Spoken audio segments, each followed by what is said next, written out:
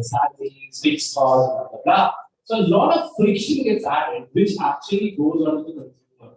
So let's say on Aave, this is not there. Why? Because on Aave, the way in which it is designed is basically demand and supply. What is demand and supply? To make it understand very simply, if I need something right now very desperately, and that thing is not available in abundance, so it will attract a higher rate of interest or a higher interest. If that thing is available in abundance, what will happen is it will be at lower rate. So that way, your interest rates fluctuate, and in banks, it's like 3 months, every 3 months or 9 months. If they have to increase interest, dude, they'll do it 100% sure. But if they have to reduce that interest after 6 months or 12 months, you have to go and apply to them. Say, dude, the interest rate has fallen. Can you please adjust my interest rate? That is problem. That is the biggest problem out there. Lot of costs. So everywhere the consumer has to suffer. To DeFi, all these things are not actually on the suffering side. Once, yeah, I understand the UI UX is not that good, where you can very simply understand what is happening in the backend. But slowly study that will come. And that is where I think DeFi can connect to the real world, and that is where this friction is going away. And DeFi is solution. You just want to ignore the fact that you made your house and paid. This is also right. Everybody talks about how real world use cases are using for speculation. This is awesome. This is huge. But I can also see in her eyes, she's like, guys, you're going to be fine. So I'm going to go. Sorry. I'm going to take this really short. And because I'm last, I get to summarize what these guys say. Nice. Think about it as every function that is done in the financial sector in the world, where the people and the employees of the core functioning of the bank is replaced by code, which is hyper transparent and unstoppable because it's on the blockchain and is amendable through community and community voting in that sense. And now just take these three rules, apply to loans, apply to payments, apply to derivatives, apply to exchanges, apply to whatever the financial sector does. And that put together is decentralized finance. And this does not include centralized exchanges like quite a few that exist here. So just making that point is not everything you see in crypto is decentralized. Anyways, hope that. Yeah, it did. And I actually with this kind of level of actually getting your house, buying it using crypto and all of this. Like we are talking about eliminating the God protocols and everything. This is like the God-like thing to do, right? So all of any of you folks planning to buy houses using crypto in the future, can we have a shout out, please?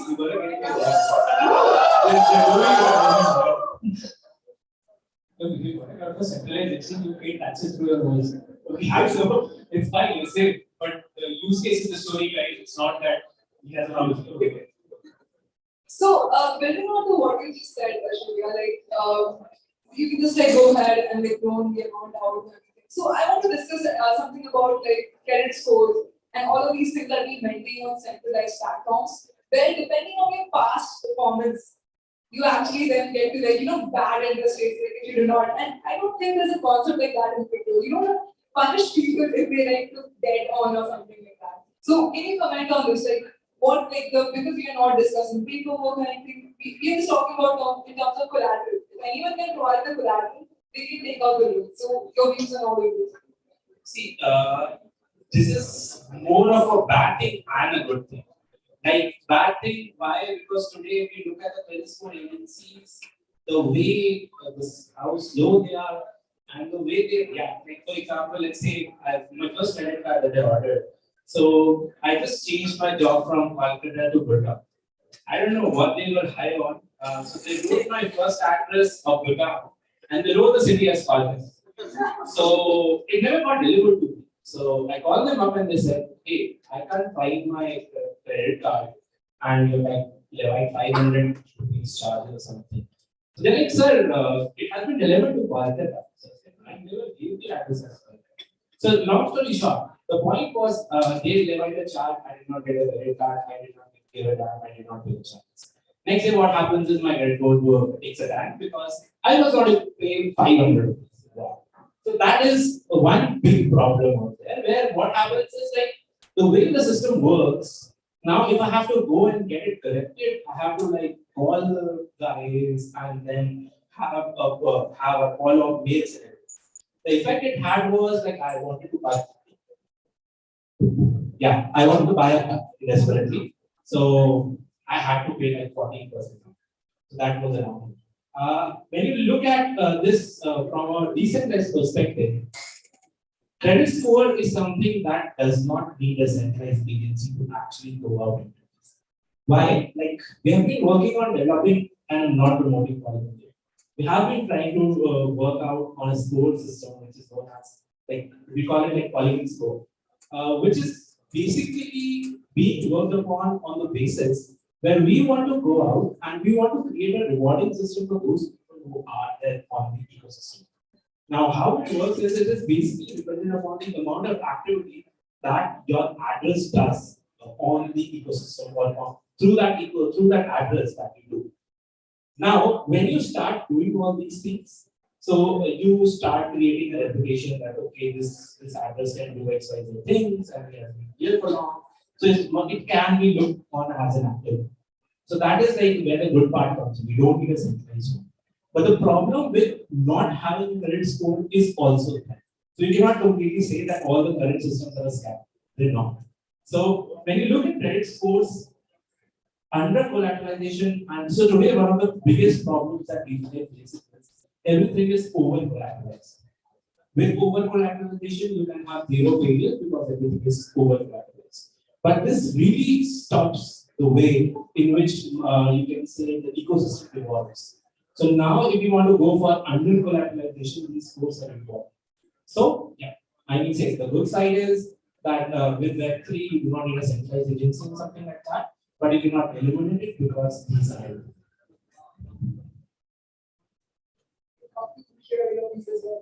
I think attacks and building on-chain credit scoring are already happening. At BuildSpace, I've at least seen 4 or 5 companies that are doing some kind of being able to parse out on-chain activity to determine somebody's credit worthiness, and then the other side of it would be that you use that to provide a it's just that this whole autonomous, unstoppable bit of it is a sticky. Let's assume that I've taken a car loan. This car loan is for an electric car. This electric car has a smart contract with the bank and I missed that month's payments. Right? I need to take it to the hospital, and the car stops working because of this. Those sort of things bother me, right? And I still don't know what the answer to it is, but it's so early right now that you're taking a loan by over collateralizing obviously. The only people who use it are people who want to make their every year for that. So this is pretty early. As soon as you miss gas fees, that was the polygon side.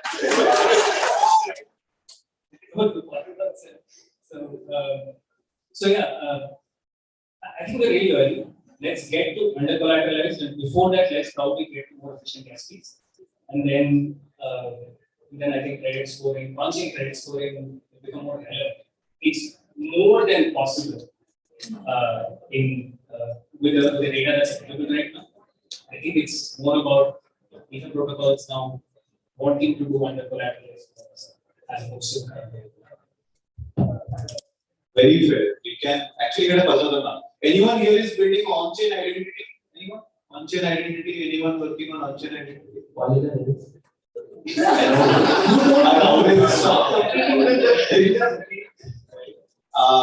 Okay, so I'll give you an example as to why I think this will definitely happen. If anyone here has already explored on-chain insurance, the big complaint was Mango, right? Because how will the approval rate even work, right?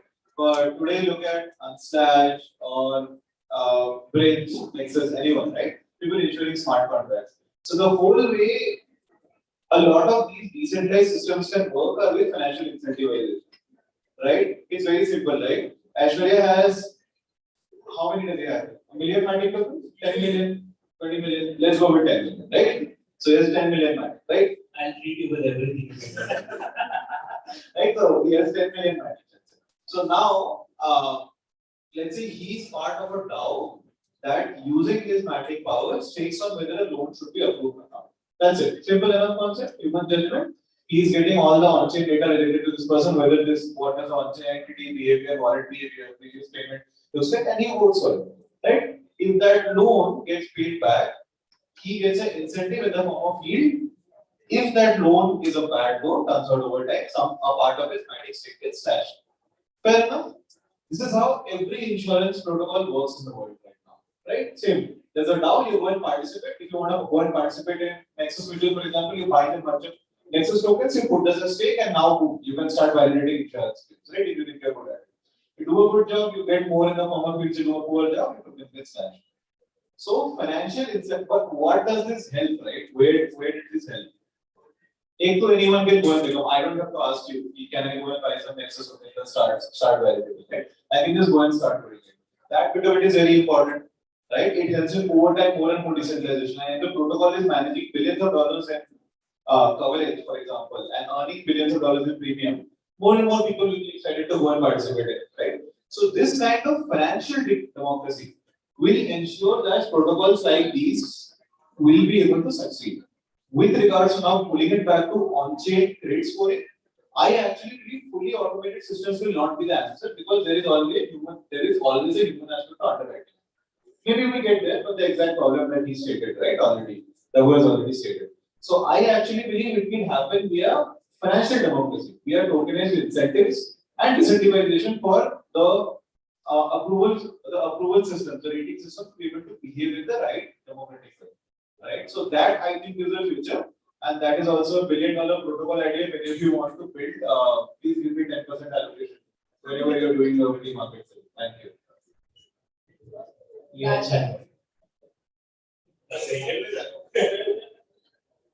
That was a great sir. And by the way, guys, we are not promoting whatever. We're not doing it. It's just that we're not promoting.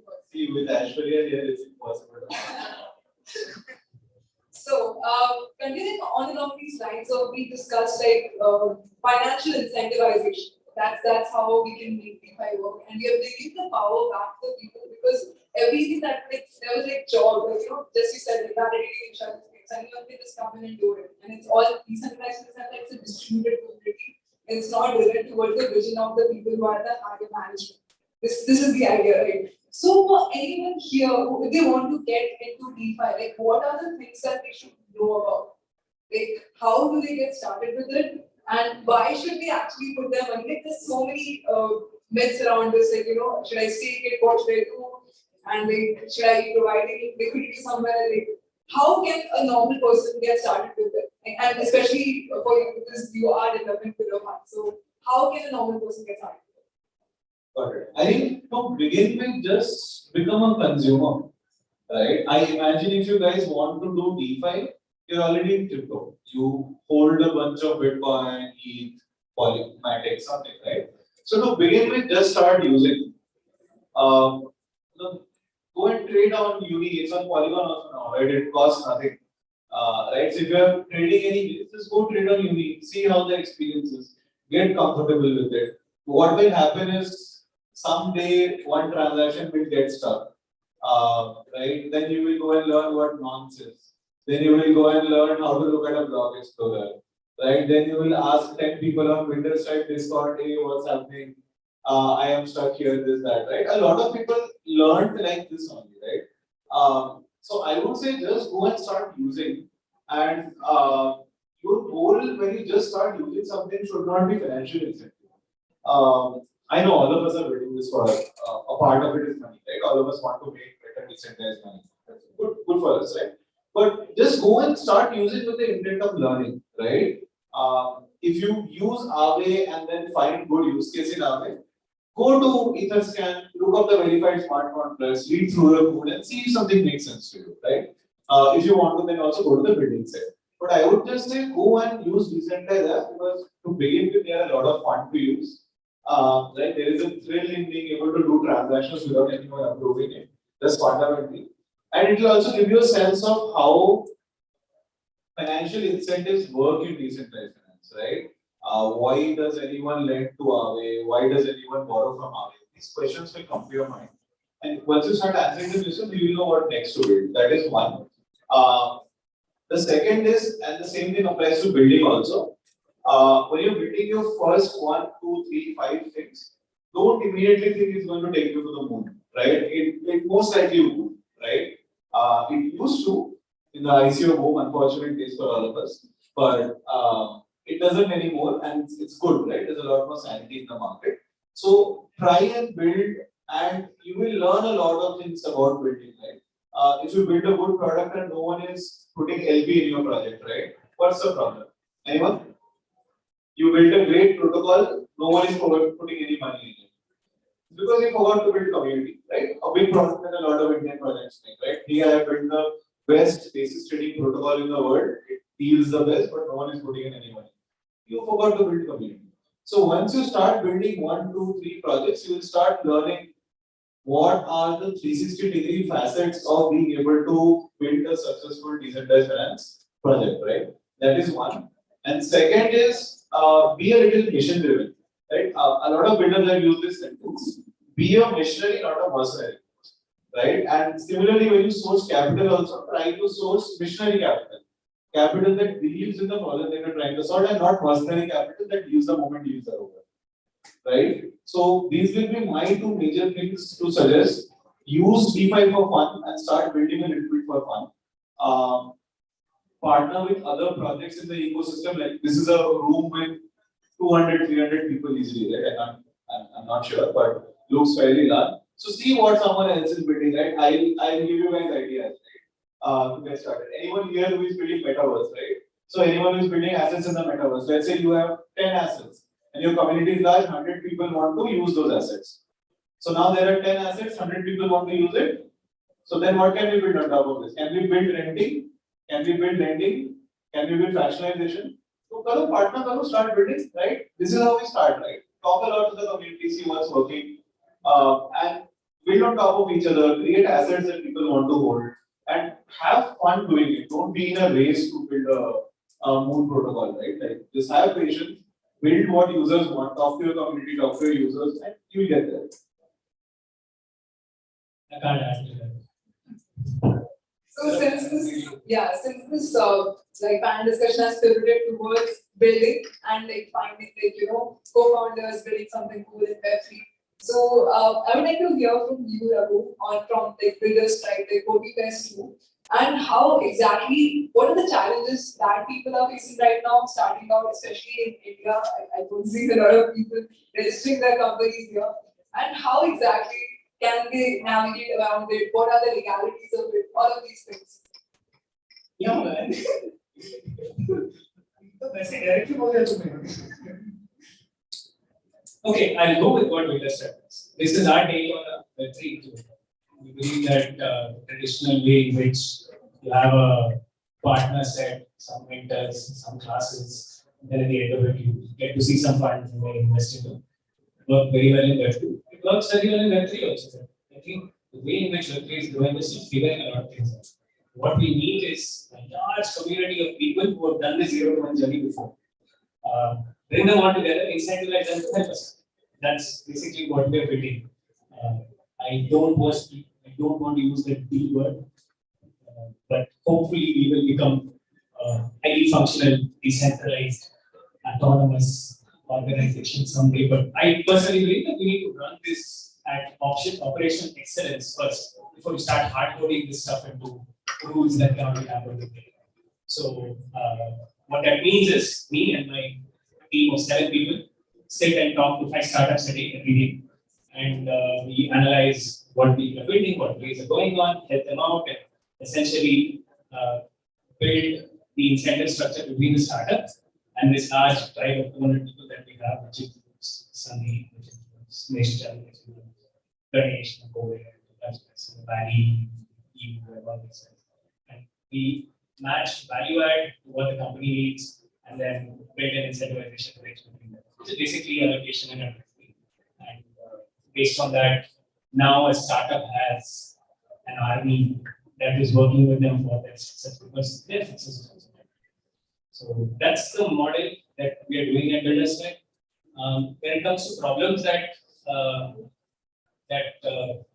startup space, I don't think they're Web3 problems, I think they're Indian problems. Most of the companies that there are some Web3 problems, right? Touch on that, but in general, I feel like we try to get a lot of Me Too companies. And nobody kind of now goes problem, eventual customer, and then to the product. Everyone's kind of building this product and then finding just that never works. Mostly doesn't work. Straightforward. So that's one part of it. The second part of it is I think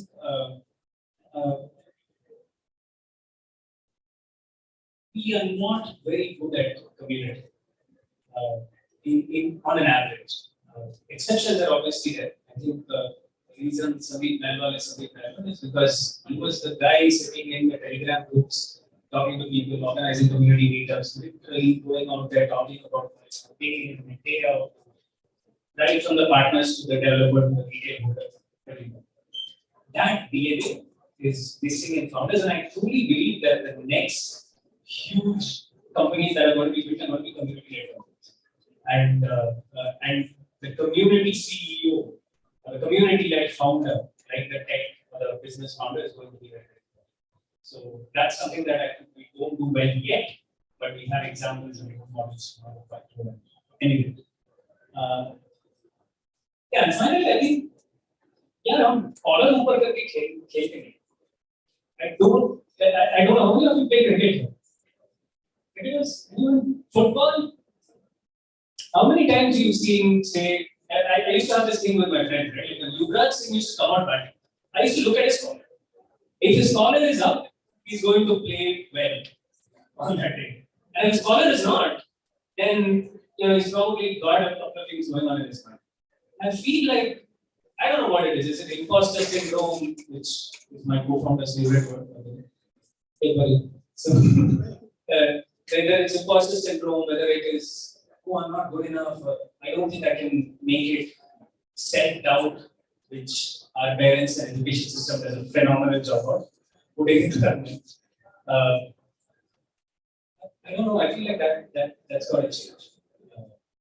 I don't think we are any less than any builder from anybody. And if the problem is right, that solution is elegant, go for it. Why stop at anything? But here's what we do well. We are amazing at tech. We are really, really good at tech. Right? What takes a lot of people in the West who are amazing? No, my psychological journey.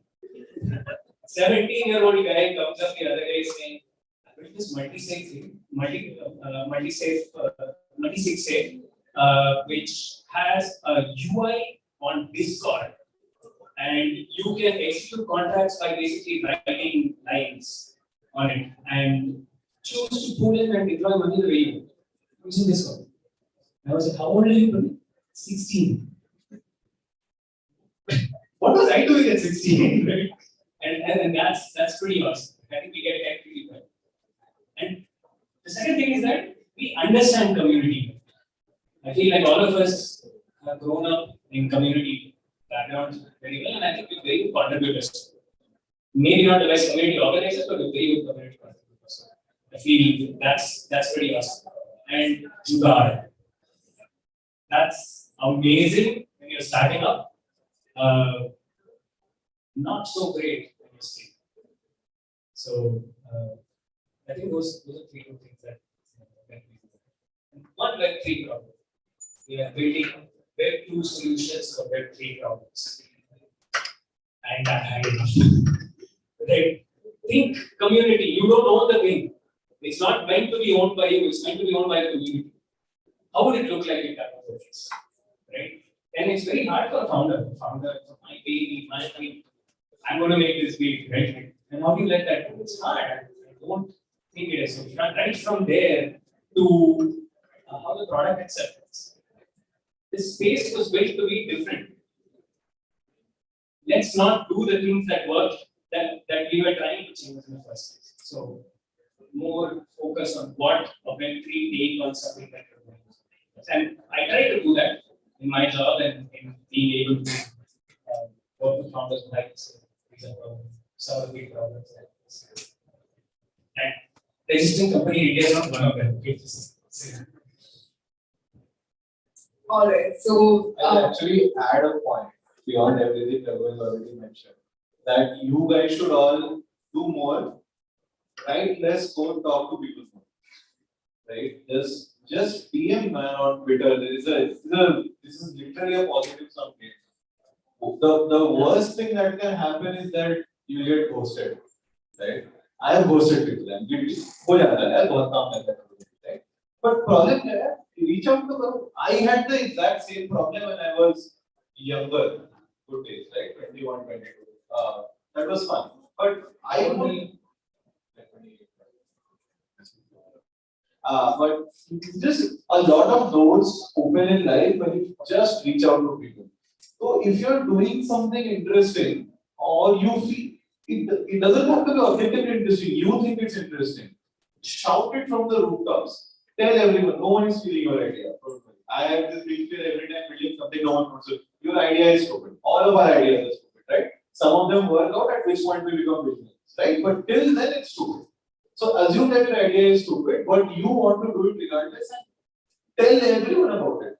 And someone would want to invest, someone would want to partner, someone would want to mentor, someone would just be a supporter, and someone you can get a beer with on a Friday. If you're old enough, also very bad. Right? But just reach out to people a lot more. The point where we're bad at building community is that, and I call this, we end up building in vacuum. You build in isolation, right? You don't even know if the users want it, you don't know if any of the project partners, you don't do that. From the day you have started writing code, tell people what it is you're building, right? Launch it on testnet and spam your friends 100 times a day till they use it and tell you what they like or dislike about it, right? But do that, right? It's the same thing, right? Follow up करके बोलो भाई मैंने बनाया try तो क्या दिक्कत है, right? 2 minute लगेंगे testnet पे gas भी नहीं लगता. Say all these things, right? Like be a little more shameless in the way you're reaching out to people, right? Like I was in the Dubai conference last week, and there were a bunch of talks that were happening, and I was noticing that while everyone else was going and speaking to people, the Indian devs used to first huddle in a circle to decide what they will say to the person, and then they go as a flock to say hi, not individually, right? As a group to say, don't do that. Just go and say hi. What's the worst that can happen? The person will not like you, don't think that. Not everyone in the world will like you, but just go and talk a little more, right? Just reach out. Twitter, Instagram, Facebook, whatever it is there, OLX Messenger, I don't know what it is. But reach out wherever you can and talk to people a lot more as you're building, right? And be a little shameless about it. It's fine. Yeah, I think the one question that stumps 90% of entrepreneurs is on manga. They say I'm building this, and it does these things, and then like, who's asking for it? And most of the time, that's when it kind of dawns on them that I don't know, right? Which it's changing. It's really changing, and I also think it's a lot because a lot of veteran founders who've done things before are now entering this space. And it's so great. So I'm a Web2 guy in the beginning, guys. Web3 only after 2017. Web3 is not good. Don't make me feel bad. As long as some here is like, So what's happening right now is a lot of people that I used to look up to in Web2 are now doing this in Web3. I make it a point to personally go out to them and say, thank you for coming here. Please share your knowledge with everybody here. Because a lot of the traditional Web2 building attributes, which is company building, hiring, legal admin, finance, whatever, it was applied for a very long time even in Web3 companies. So those values are good and it's changed. It's not all. You ask me negatives. So I guess what you're trying to say is like we should adopt like a founder's mentality, be more shameless around things, and just like whenever, as you said, like it's Indian problems, we have to be more expressive. We have to like focus more on community building.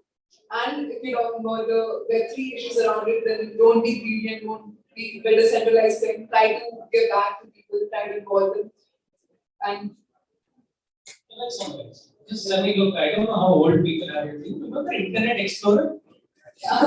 It used to have the guts to ask you, can I be your default browser?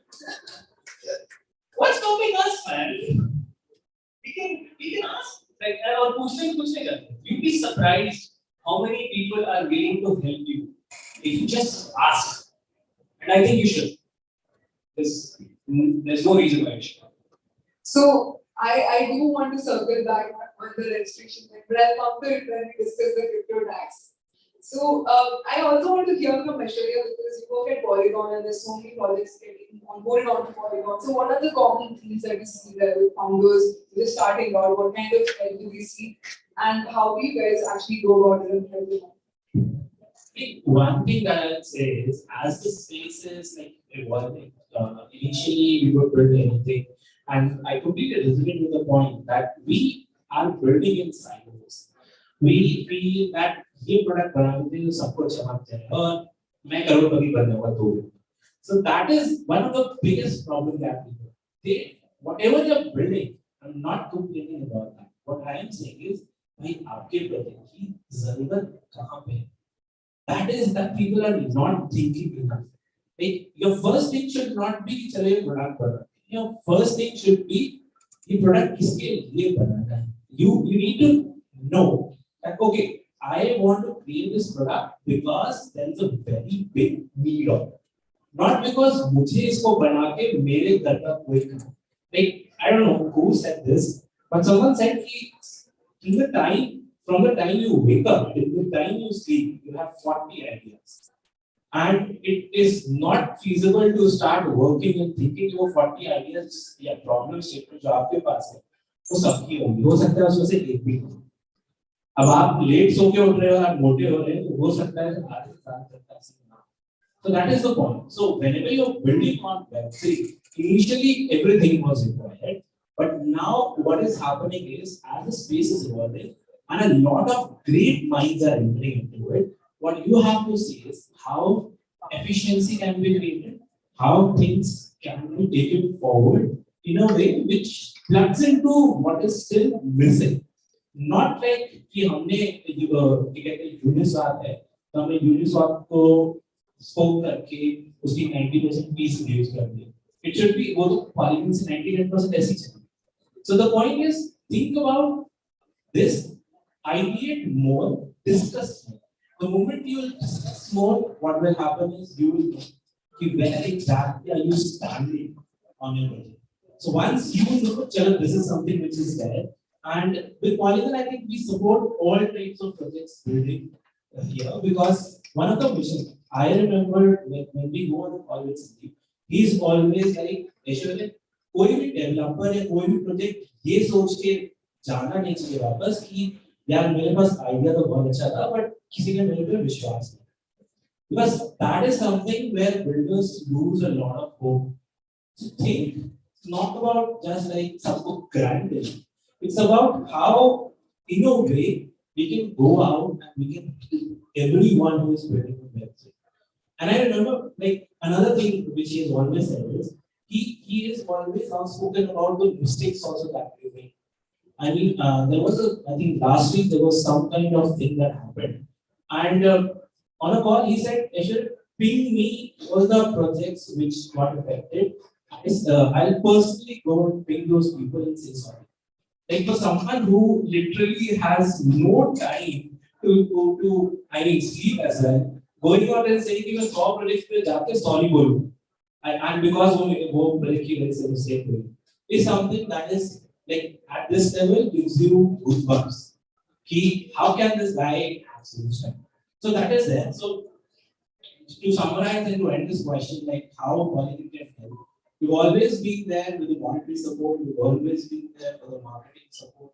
And I think apart from that, we always try to guide projects when they're coming. It's not that you will just go and say, okay, we're building this, we are it. We'll always go and say, this is something that we're building, and this is something which is there. And we try to get a personal connect.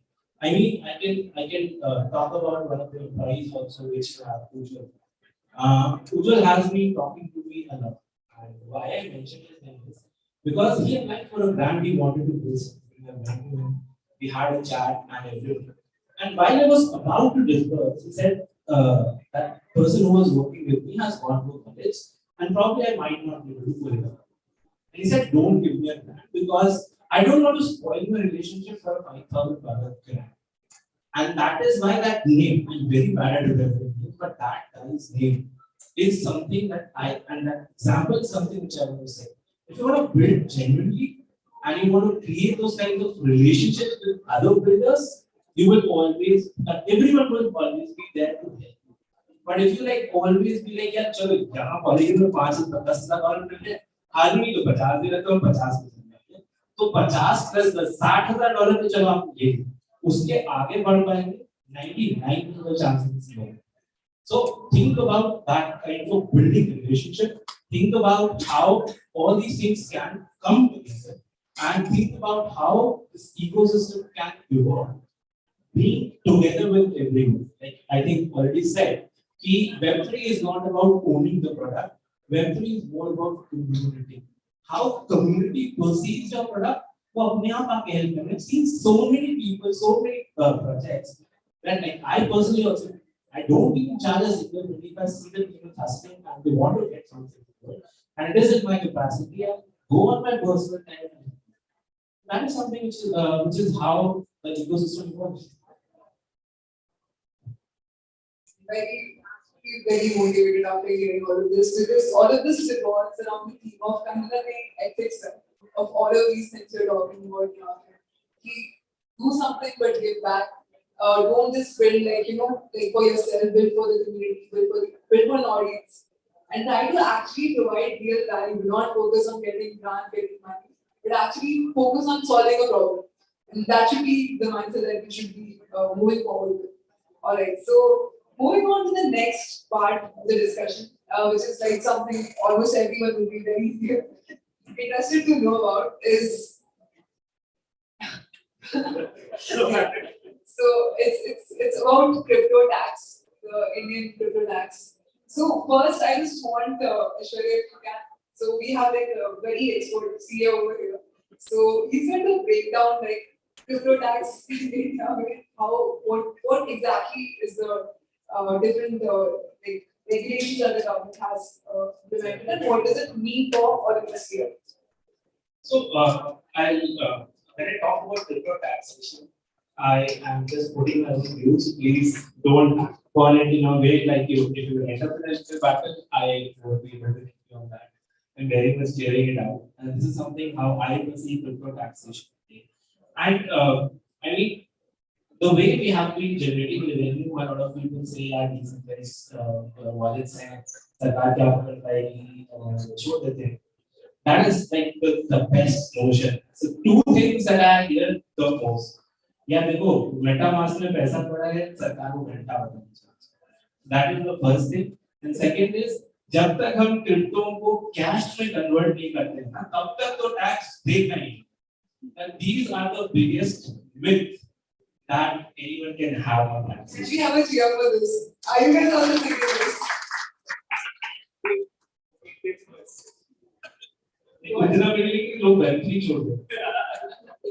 So these are two things. So this is actually not true. Why? Because I'll break it down very simply. The first point: can your decentralized wallets be tracked? The answer is yes. They can very well be tracked. And I mean, I personally am working on several projects which other people have worked with me. Well, literally, I till date, wherever I have spent a single penny, it is listed. Like those guys have literally traced it and given it back.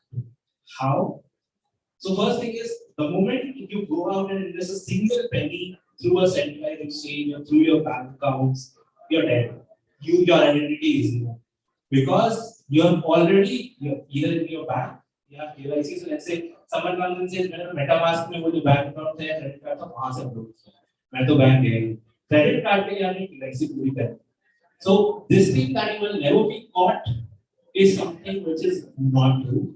And saying कि government को ये capabilities 20 साल लग जाएंगे बनाने में और तब तक तो हम गायब हो जाएंगे यहाँ से.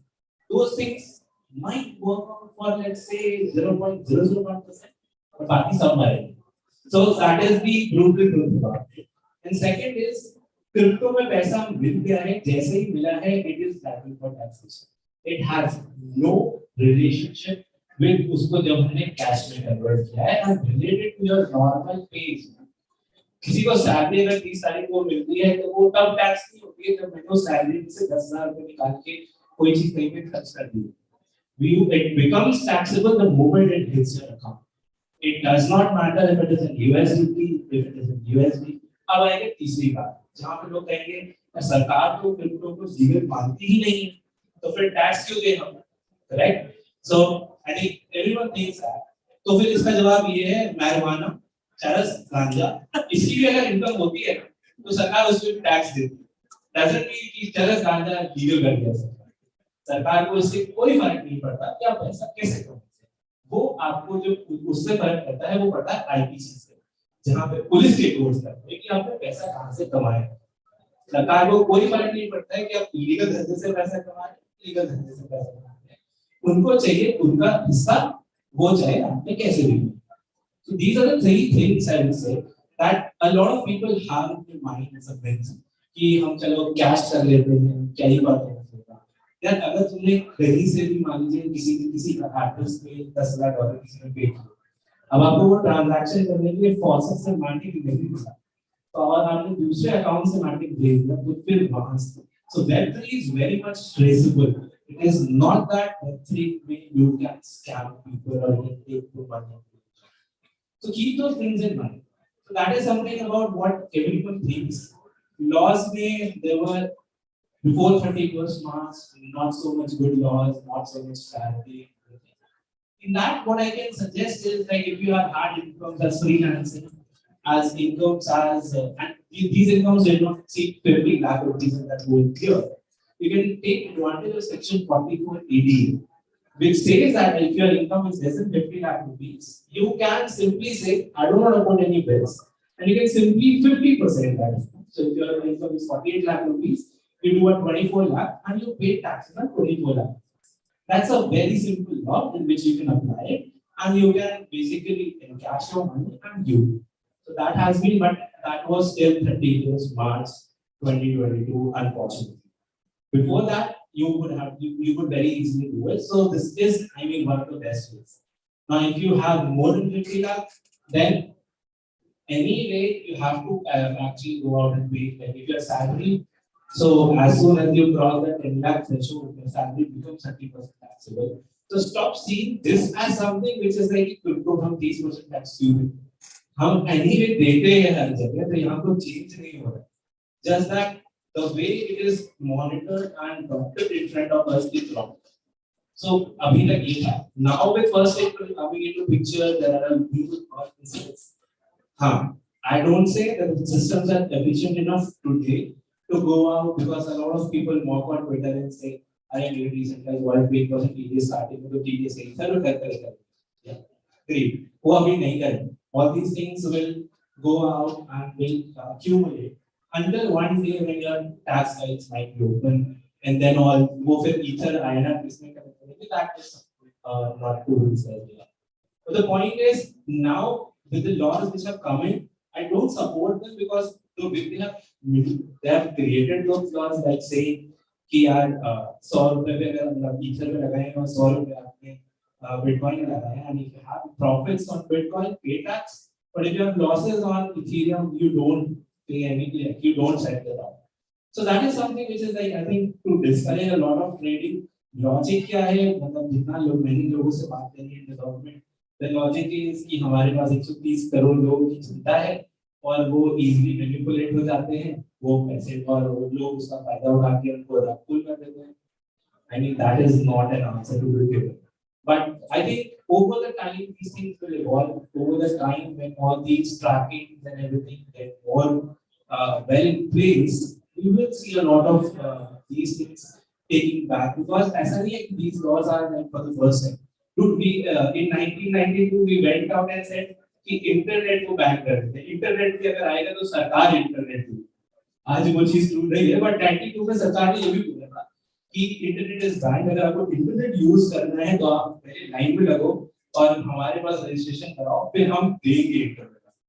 So it all starts from there. It's not that यहाँ पे कुछ there's something very different happening. Just that we are living in an internet age, so this knowledge spread is very quick, and that's why we all know all this stuff. It's just a new cycle that has been started, which will ultimately settle down at one.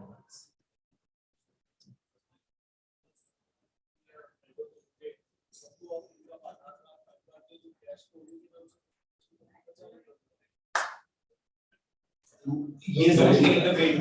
Don't take the bait. Right. Guys, somebody of all this is pay your taxes. Yes. It's not worth it. Trust me, it's not worth it. Not worth the mental peace, not worth anything. Pay your taxes. Move on. Remember, Australia has given internet example. Did you guys know there were guilds that were they want to ensure computers don't enter India because it will take away everyone's jobs? So, yeah, there were legitimate guilds. You can find documentation in late 80s, early 90s parliamentary books. Did you guys know the highest tax level in India at one point was 90%? Do you guys know that, right? So, India has always been on the progressive liberalization path. Someone will set an example, then we will study that example, read that example, बीच में government change हो जाएगी, right? All of that will happen. It is getting there. Remember that there was an outright ban from RBI not too long ago, right? Not too long ago. So wherever we are headed, is netted in a positive direction, right? Web3 में 6 महीने के लिए बना रहे हो तो this will sound very painful for you. Take a 10-year horizon, you will see how positive this is, right? That at least there is actual discussion, debate, legislation. Words like NFTs are being spoken in the Lok Sabha. Right? That's a huge deal, right? You saw that MP said we are living in the world of Web3. Exactly. Just because we don't understand it doesn't mean we should ban it. Exactly. So our policy has always been ban it first with digging carrots. पहले ban कर दो and then we'll give it out, right? Whether it's legal or not, right? India is still making up its mind on whether equities can have shared in the agreements or not. 20 years we have been making up our mind, right? Meanwhile, brokerages have been going up. Intraday traders, होंगे तो उनको पता होगा, right? But India brokerages can never be as low as US brokerages because there is no shared living, there is no flow. So give it time, be patient and have a 10-year horizon. And specifically, people in this room are very, very young. Do not ruin your taxes because of this. Remember that tax in India is retrospective. IT can come after you for something you did 10 years ago also. 50 years ago. So someday you will build in Web3 and become rich. फिर सबको ध्यान आएगा कि इसके पीछे जाना है, and that day they will find out that you sold something, right? Clonex for 10 years and never paid tax, right? And that will come back to bite you. It's not worth it. Pay your taxes. And if you do not understand, I have given this advice also. While not financially efficient, just pay 30% of the whole damn thing and be over. That's it. नहीं समझ में आ रहा है CA ने afford कर सकते पूरा भरा दो. Don't look at offset this that nothing. Or get a CA friend to advise you. But don't underpay assuming that this is my interpretation of the tax law, so I am doing it, right? Big companies can fight it if the IT comes after them, you can't. Right? So do pay over if not the exact amount and be done with it, right? Don't bother. And this applies to everything. Huh? No manipulation, airdrops, LP fees, this, that, grants you win, whatever it is you win, right? Everything is taxable. So just pay it, be done with it, keep it peace. Yeah, I would like to follow up on this. What I'm bothered about is actually the lack of conversation about crypto startups. I think right now the government is being so myopic about the fact that it's just trading and exchanges, and the conversation about Web3 is being front run by centralized companies. This is not right? And I really think that the representation and the conversation around Web3 has always been speculation, make money, lose money, investor protection, and there. What about the builders? What about the entrepreneurs? When will the conversation about Web3 become about startups and jobs, which we stand to lose today if we don't do something about this? It's true. it is true. We are persecuting our builders. We are discouraging our builders, and we are at the precipice of a massive brain drain. And I hate it. And I absolutely hate the fact that this country, whose education we have taken, whose we have taken, and whose facilities we use, won't get the upside of the massive amount of upside that entrepreneurs will create as a part of this. We really got to stop. I hope it changes because see, as one of the companies that I co-founded was this company called Lumostats. And what we did with Lumostats is that we used to work with making Web3 opportunities open to developers and startups in India. So we would work with Binance and Buzzfeed and all. We also work with Polygon and Near, Avalanche and all these things to do hackathons and accelerators. You will not believe the kind of people that we attracted after that. Government of Maharashtra, Telangana government of Goa, all came in and said that we want to run these innovation programs. So I don't think that it is lost on the regulators, and they're smart. Let me tell you this. Just because they are slow doesn't mean that they don't understand what's happening. It is not the regulator's job to keep pace with the chain of innovation. Their job is to create a framework that lasts for 3 years, right? And they're going to take their time, but it is not lost on them on the startup opportunity. It is very, very apparent that they want to be able to not alienate us, but the speed at which this happens, we're going to lose a lot of our best minds to see the country. I think at this point everybody knows. But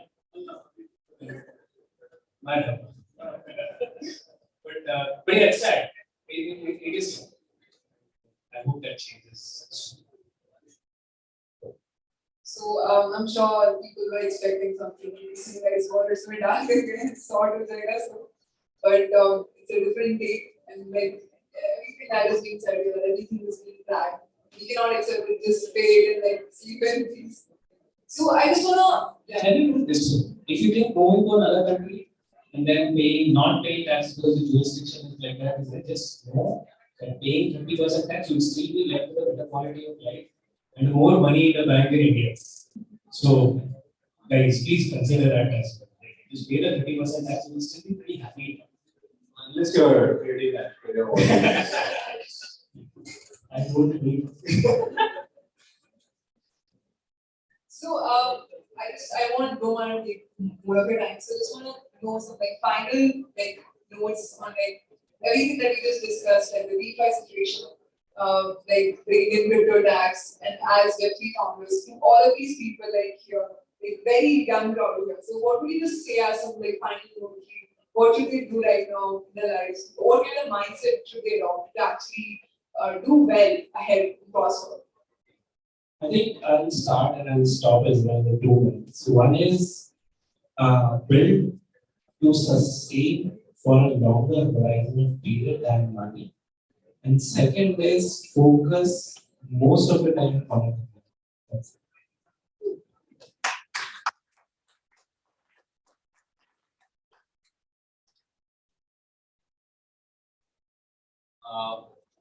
So pay your taxes has been covered. I'm repeating it one more time because I'm seeing some very sad faces ki shit nahi bachega. एकदम last row से सबको tax बनता है. तो एक काम करिए Dubai में एक फ्लैट की rent. So exactly, you guys a room in Dubai, good room, single room in Dubai will cost you 5,000 dirham. Good quality room in the financial district or something where you would need to stay to build that. It's not worth it. Most of it is not worth it. Exactly. Pay your tax, stay in Bangalore, order 40% off from Swiggy. Right? Right? So you're getting so much subsidy from venture capital. Yeah? What is your problem? Your maid, cook, how barber, everything is subsidized by venture capital. You should like use it in India. But from builders, I think Aishwarya has covered it very, very well. But see, remember that the fundamental job of Web3 is to create new decentralized assets that people want to own. It is not enough to just create new decentralized assets. You have to create assets that people want to own, right? And then you can build self-sustained, self-contained, sustainable economies on top. So whenever you build an asset, whatever it is, right? The outcome can be a token, a company, NFTs, whatever it is you end up building. Just find out if people want to own that asset at all or not, and do it early, right? And second is more aggression. Be a lot more aggressive than we are right now, which means partner more aggressively with other projects, try and build aggressively, take bolder steps, apply wherever you want to. कर दो यार वैसे ना apply क्या दिक्कत है करके तो देखो क्या होगा rejection ही आएगा ना worst case right. That's it right. So just apply whatever you want. Don't wait for age to come there or for one project to succeed or your Twitter followers. So someone told me you need 5,000 Twitter followers before you start building a website. All of this is right. Irrelevant, right? Just build and be a lot more aggressive than you are doing right now, and iterate aggressively. That's very important, right? If you talk to a lot more people while you are building, you will find out what is working, what is not working, and as he said, follow up pivot aggressively, try, apply for grants, just start building, start talking about it like a loudspeaker on social media. And keep pushing the needle even if you don't succeed 1, 2, 3 times. Right? It takes time. It had taken time before Web3 also. No one succeeded overnight. Just the media makes it look overnight. It's never overnight. Right? So give it some time. Be patient. Build for the slightly longer term, and ensure that what you are creating is something that people want to own. Right? Otherwise, you will spend a lot of time building tech, etc., and it won't scale, and you will get demotivated. Right? That is the second thing. The third most important thing, and this is not talked about, is mental health in Web3. Web3, building in Web3 can be very, very taxing. I'm telling this to you as an extremely sleep deprived Web3 founder, right? Dealing with compliances in this country, dealing with compliances in multiple countries because of our legal structures, right? Dealing with the new taxation rules, building community, which is a much more important part, right? As any Web3 company, right? Centralized, decentralized, whatever it is, right? But community is very important. Shipping good product, building a team, developers nahi hai utne, you will end up trying to hire and realize there are like 10 good solidity developers in 4 months, right? And then you're like, okay, good. So a lot of these challenges will come as you build, and they don't go away. So have some sort of preparation for how will you manage your self balance, your mental balance, your internal equation as you start building a website. Because it will get with all the outside, there is always that personal downside and it can be stressful, right? So have a good check on your mental health, on how you are doing, right? Like spend time with your boyfriend, girlfriend, spend time with your parents, do other things as well, right? Don't just live in a Web3 echo chamber 24/7 because that's going to get you. Right? Do other regular things. Go walk in a park for a right? But do some other things and have a strong check on your mental health as you're building in Web3.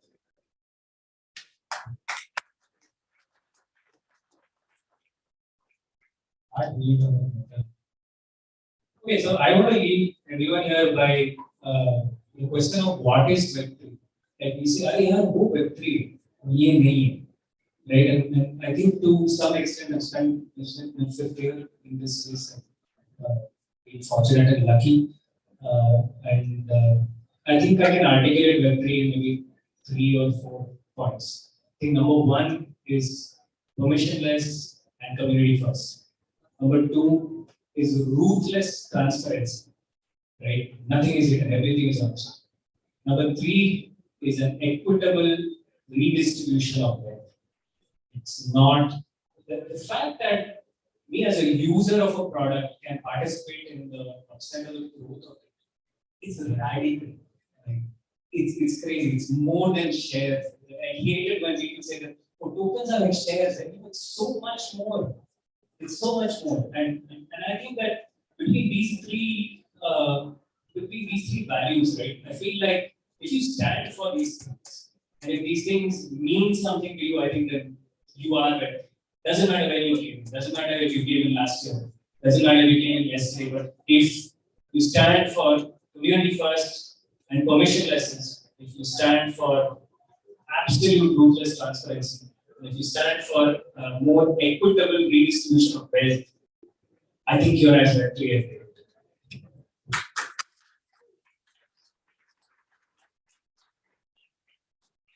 So I don't even know how I'm going to say something after that, but this is very inspiring. Everything that has been said here today. And I really want to thank all of you folks for like coming out and like sharing all of these ideas, because these are not technical ideas. These are not just ideas that these are ideas that you sit here and you just hear them and then you feel them inside of you that okay, this is what I got to do. And thank you so much for helping all of us, all of the builders out here.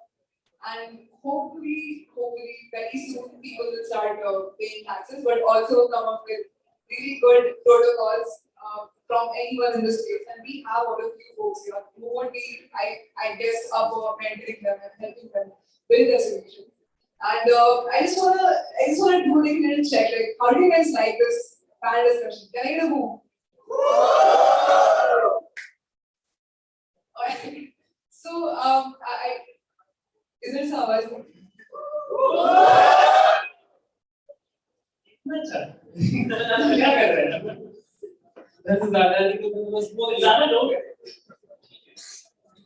So on a final note, I just want to say if you guys are liking like whatever we are putting out, we just tweet it out like we are here with Aishwarya, Arvind, and Raghu, and you're talking about DeFi and you're talking about like please use the hashtags. Hashtag Epic BuildSpace India and hashtag Web3 community first. So yeah. Amazing. This is my vibe. This is people building some cool stuff rather than people talking about how much money they made on that. This is more of this. But round of applause to BuildSpace India.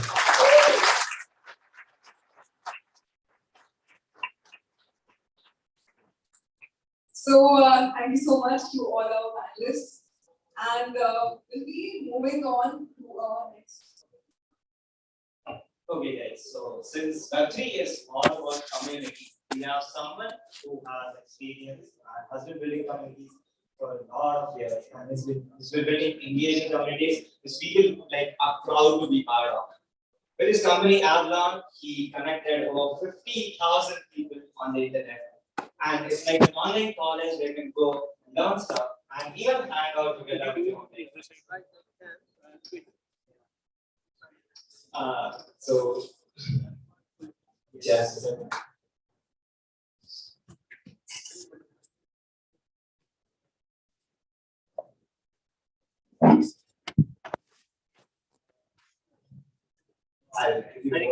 So I'll tell you guys how I know about the guy who's coming right now. I hope you guys know by now. But I joined this community and I saw like people at the stuff. Like they just joined. I just joined one. So I just got this like I don't know what this. I just joined that. People talk about at 3 a.m. in the morning. People are talking about how to build communities, how they're like how like a freelancer gets like paid 1 lakh a month.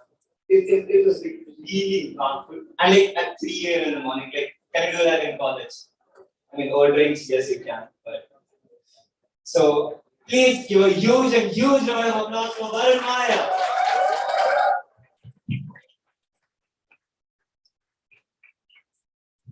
Quick question. Can I swear?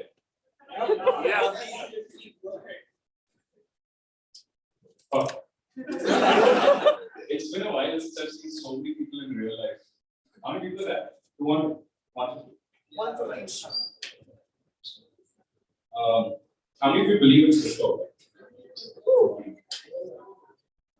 I see some hands down. We just guys together Web3 event. Purple lights and shit. By the way, when I walked in here, that's the first like sign that oh shit, it's Web3.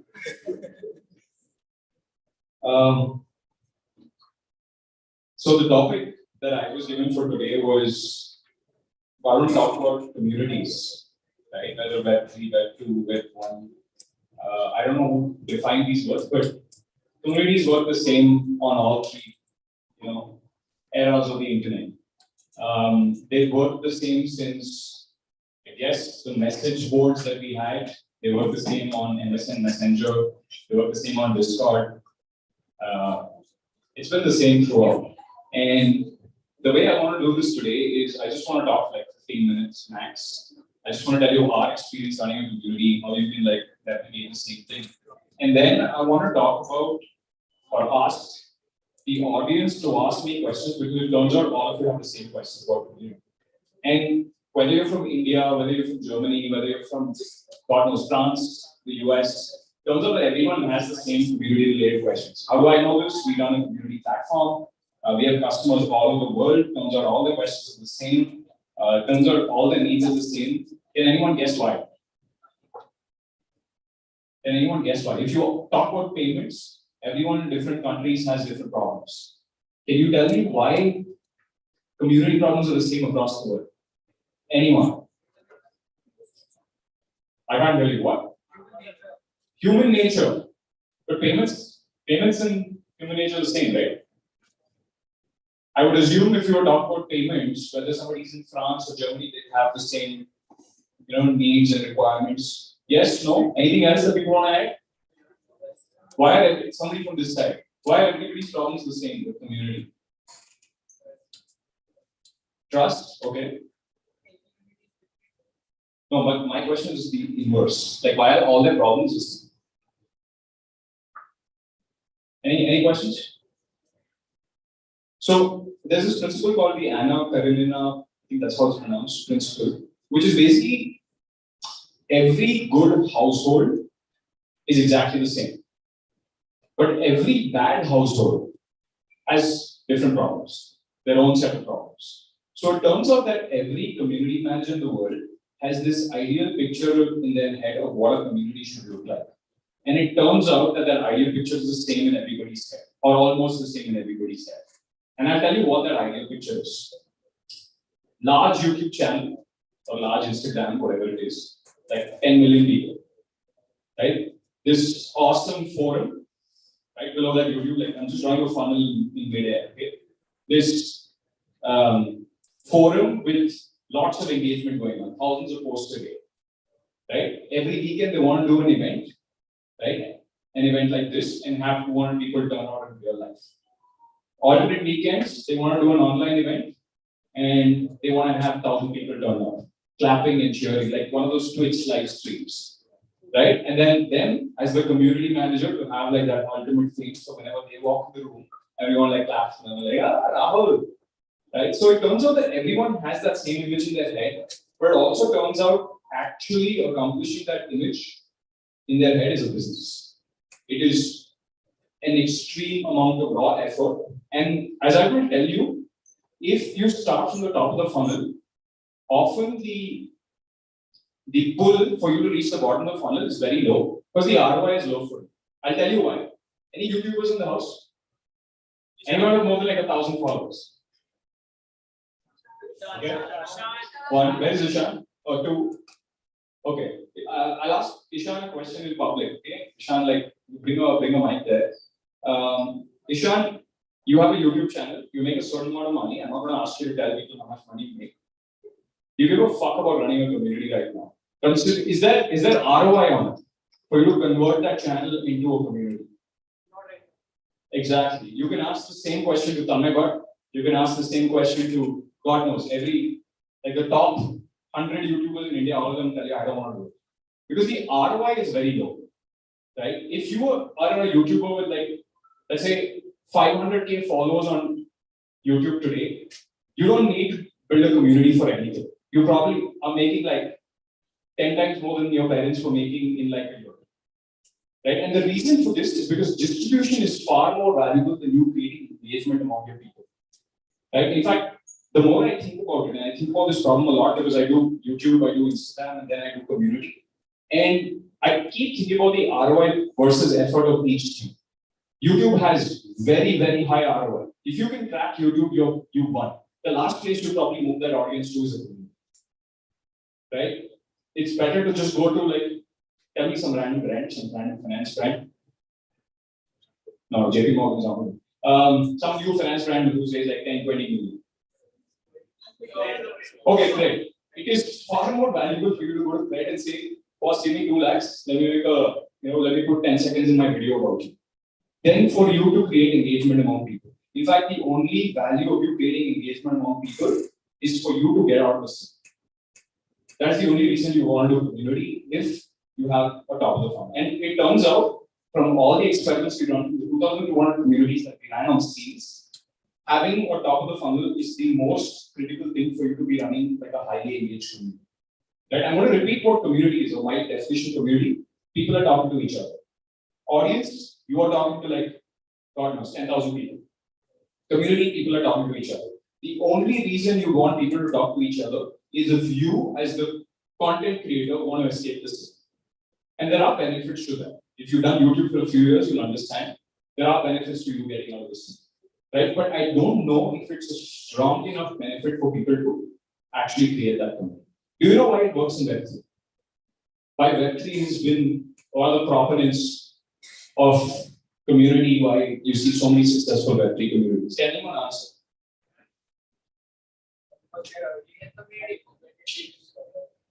Human nature doesn't change whether you're early, late. Redistribution of wealth, I don't think so. Yeah, so 2 reasons, right? A, you'll notice that most of the people who are running crypto projects, especially Discord, are anonymous. They don't have a top of the funnel. Right? Some do with Twitter. Twitter is the top of the funnel for crypto communities, but they're anonymous. So they anyway can't go to a credit and say, please give me 2 lakhs to run an ad for you. Right? They anyway can't do that. That's off the table for that. Second thing is that people are incentivized to engage with each other. For one word, or I think it's 2 words, the whitelist. You guys know what a whitelist is? Crypto projects? All of you have been on a Discord? How many of you have not been on a crypto Discord? At least one. How many of you have not been on a crypto Discord? Are you kidding me? Everyone who has been on a crypto Discord. It's a great audience, guys. Very diverse. So, why do you chat with other people on that crypto Discord? To level up. Why does it matter? Why does leveling up matter? Incentive. So crypto is one of the first people that actually figured out that holy shit, instead of us creating a top of the funnel and then creating a community, if we can just pay these people directly, you don't need a top of the funnel, just pay them and tell them talk to each other, you'll get paid. Sometimes it's not even like, Vikings is usually a leaderboard. The top 3 guys will get it. The other guys are just engaged for no reason. Right? And in fact, Discord is one of the only places you can do it. And there is something that started happening on Discord. I don't know what the name of the tool is. I think it's vCentro or one of those names. It's a bot capture. Why do you think that bot capture became popular on Discord? Because it turns out, if you ask people to talk to each other and give them money for it, they will eventually get tired and they'll write a bot to do it for themselves. Right? So I'm just running you through why certain things happen on Discord, right? Like the minute you join a crypto community, you know what happens, right? They'll ask you to verify a captcha, maybe connect your wallet, right? And then you have to prove that you're human first before getting in. And the reasons for that are the reasons I'm running you through. So it turns out if you want to skip the top of the funnel, you have to start paying people, right? And sometimes it could be paying people in something that doesn't exist yet. How many of you have been part of a project, whether it's an NFT project or any crypto project, where you were paid to get, or you got into the whitelist because you spent your energy engaging with people, and it turned out that the project was a dud. Either you got rug pulled. Does everyone know what the meaning of the word rug pull is? Yeah? How many of you don't know what rug pull is? Put your hand up. You don't know what rug pull is? Put your hand up straight. I can't see. 1, 2, 3. Those are only 12 people don't know what a rug pull is. So a rug pull is when somebody pulls the rug under. Imagine you're standing under a rug and you're like chatting with a friend or your alternate ID or whatever with 2 Discords open to get into the whitelist, and somebody pulls the rug under you. What happens when somebody pulls the rug under you? You fall, right? So rug pulls are essentially the crypto version of that. You go to a website, an NFT website, you put in your details, you connect your wallet, and it turns out your wallet, which had, let's say, 0.5 Ethereum, is now at 0, without you getting an NFT in return. Right? So that's a lot cool. And it turns out that you put in so much effort trying to get that whitelist, and sometimes it could be worth nothing. So very clear distinction between paying people to engage versus telling people that I will pay you after the engagement happens.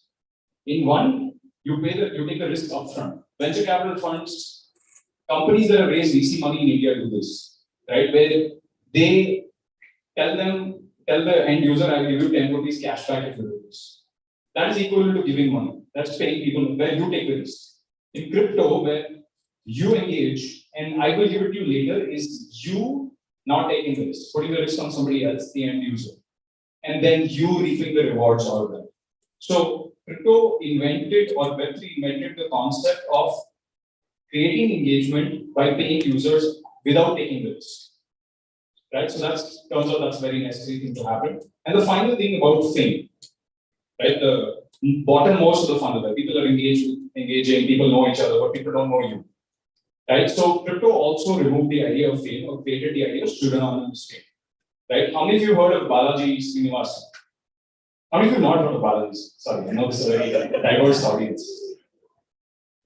So how many of you, just curious, how many of you are here from Twitter? Okay, hands down. How many of you are not from Twitter, who don't have a Twitter account? That's great. Yeah, let's put your hands up one second. Hands up, guys. Whoever's not on Twitter. It's 1, 2, 3. How many guys hear about this event? Newspapers? Telegram? Friends. Yeah.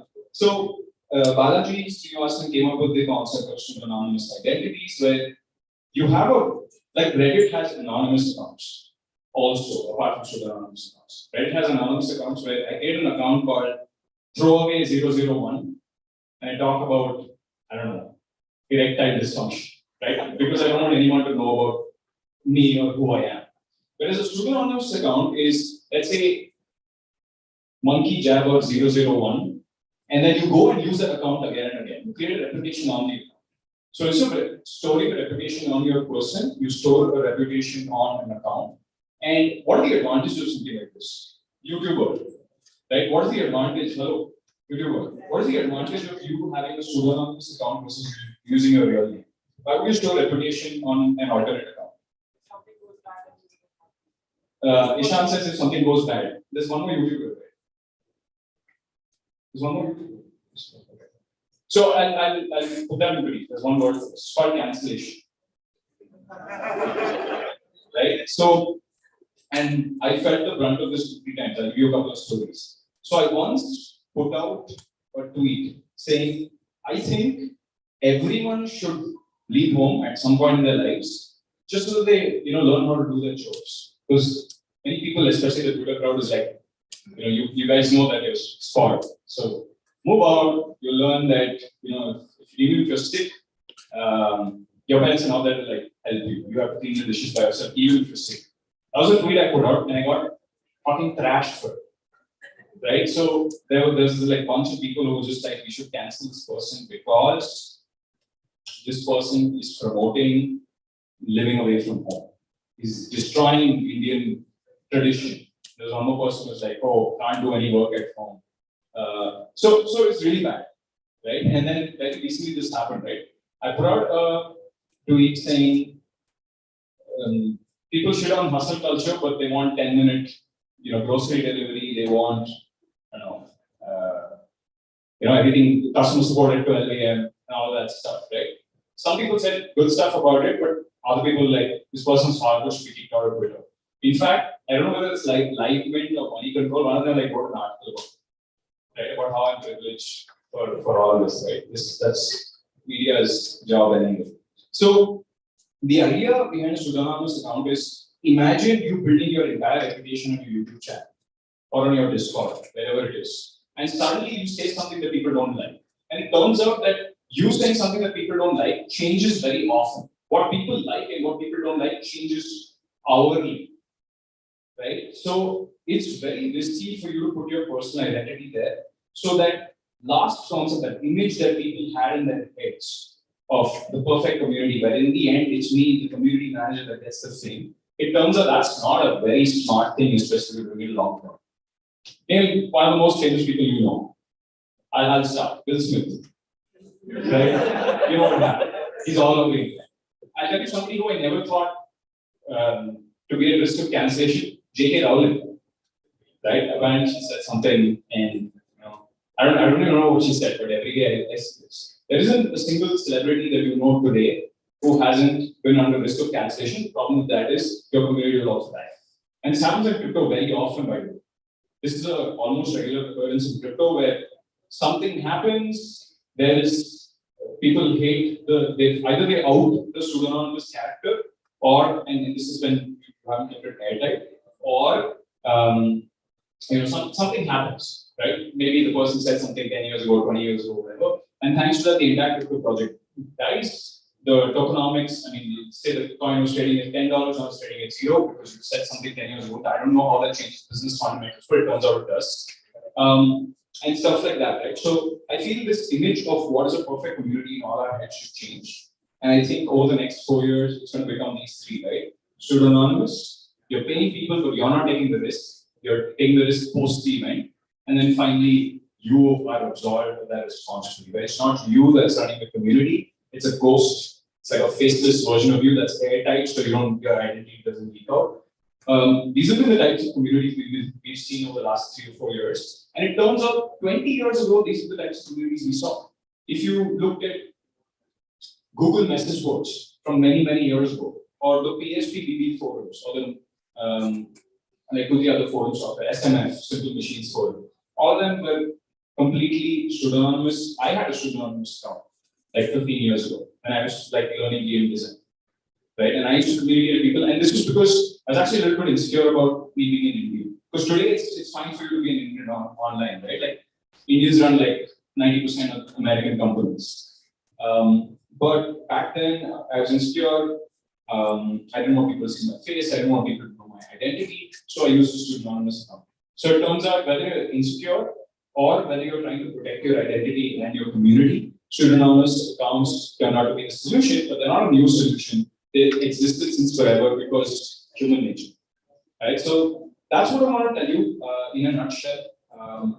What I'm going to do now is I'm just going to have a mic like passed on. If you guys have more tactical, this is like a zoomed out picture, right? I'm sure you guys have tactical questions about how to run a community, or how to run a YouTube channel, or whatever, right? Remember, old school, the funnel that I've spoken about, the new funnel that I spoke about. I want to know from you guys, any questions you have will probably benefit the crowd because everyone has the same set of questions, right? Sure. So I'm building a community in campus for Web3. So give me a roadmap for that. Okay. What's your name? Shreyas.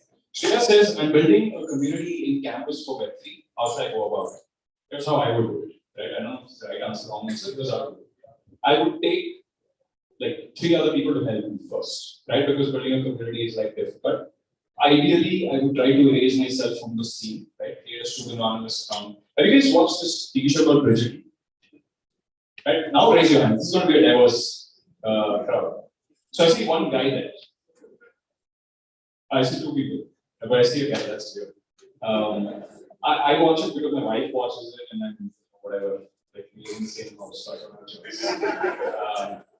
But there's this in Brisbane. There's this girl who writes the newspaper. I don't remember her name, but she's anonymous. So I would start with a campus newsletter. Can anyone tell me why I started the campus newsletter?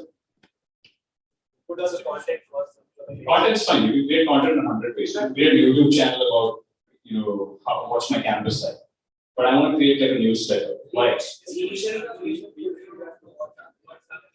Because in that campus newsletter, I'm going to write about people. And what do people like the most? Gossip. Especially on campus, right? You guys love gossip. Don't act like you don't. Right? You want to know what did Rahul from section B do last night that nobody's speaking about. I start with that, and also I know Rahul will read it because That was the center of the story, at least one story. And every week I pick like 20 stories to write, right? And I make it about 20 of the most popular people so that they talk about it. Good things, bad things does not matter. Right? This is how I would actually start. I would not do a YouTube channel and that stuff because it turns out YouTube is very hard to scale. Right? You can't get beyond. Actually, YouTube is very easy to scale once you get to 10. But if you're going from 0, nobody's going to discover you ever, and nobody's going to share a video unless, again, it's juicy. But how will you do it without putting your face on it? Right? Be very clear. So I do newsletter. I'd scale that newsletter to a certain extent, and then I'd say, hey guys, here's a Telegram group to join. The old school way of doing this, by the way that was popular 2 months ago, was create a WhatsApp group, get 30 people on. But it turns out there won't be any engagement on that WhatsApp. Right? In the past, there would, but people are so bombarded that you have to start juicing. So I'd start a content layer capital fund, anonymous newsletter is the best way to do it, and then kind of just put them in either a WhatsApp group or a Discord and just say, hey, this is about this. The other way you can do community is, so there are 3 ways, right, that you can bring people to a community. Either you play on this, which is juicy content, or you can play on loneliness, because it turns out most people are lonely, or you can do Q&A, right? For example, people want a community about how do I solve my physics paper tomorrow, right? So you can create a Discord group, you have a lot of people saying Discord, saying physics answer sheet for tomorrow, right? So in fact, communities like, let's say, the Unreal Engine community have zero gossip. They're not there to alleviate loneliness. The Unreal community is there because people want answers to a question. How do I fix lighting here? It's a very, question by question. And there's no loyalty, long-term loyalty in those communities. Cool, I hope I answered your question. Who's next? I see your hand there. No, actually, I saw a hand behind. I'll come to you also. Yeah, you can. I'll repeat the rest. Yeah. You said Ishan or Tanmay have won't make community. Is it more of like a cult? I don't understand your question. They reach 500K or a lot of subscribers, right?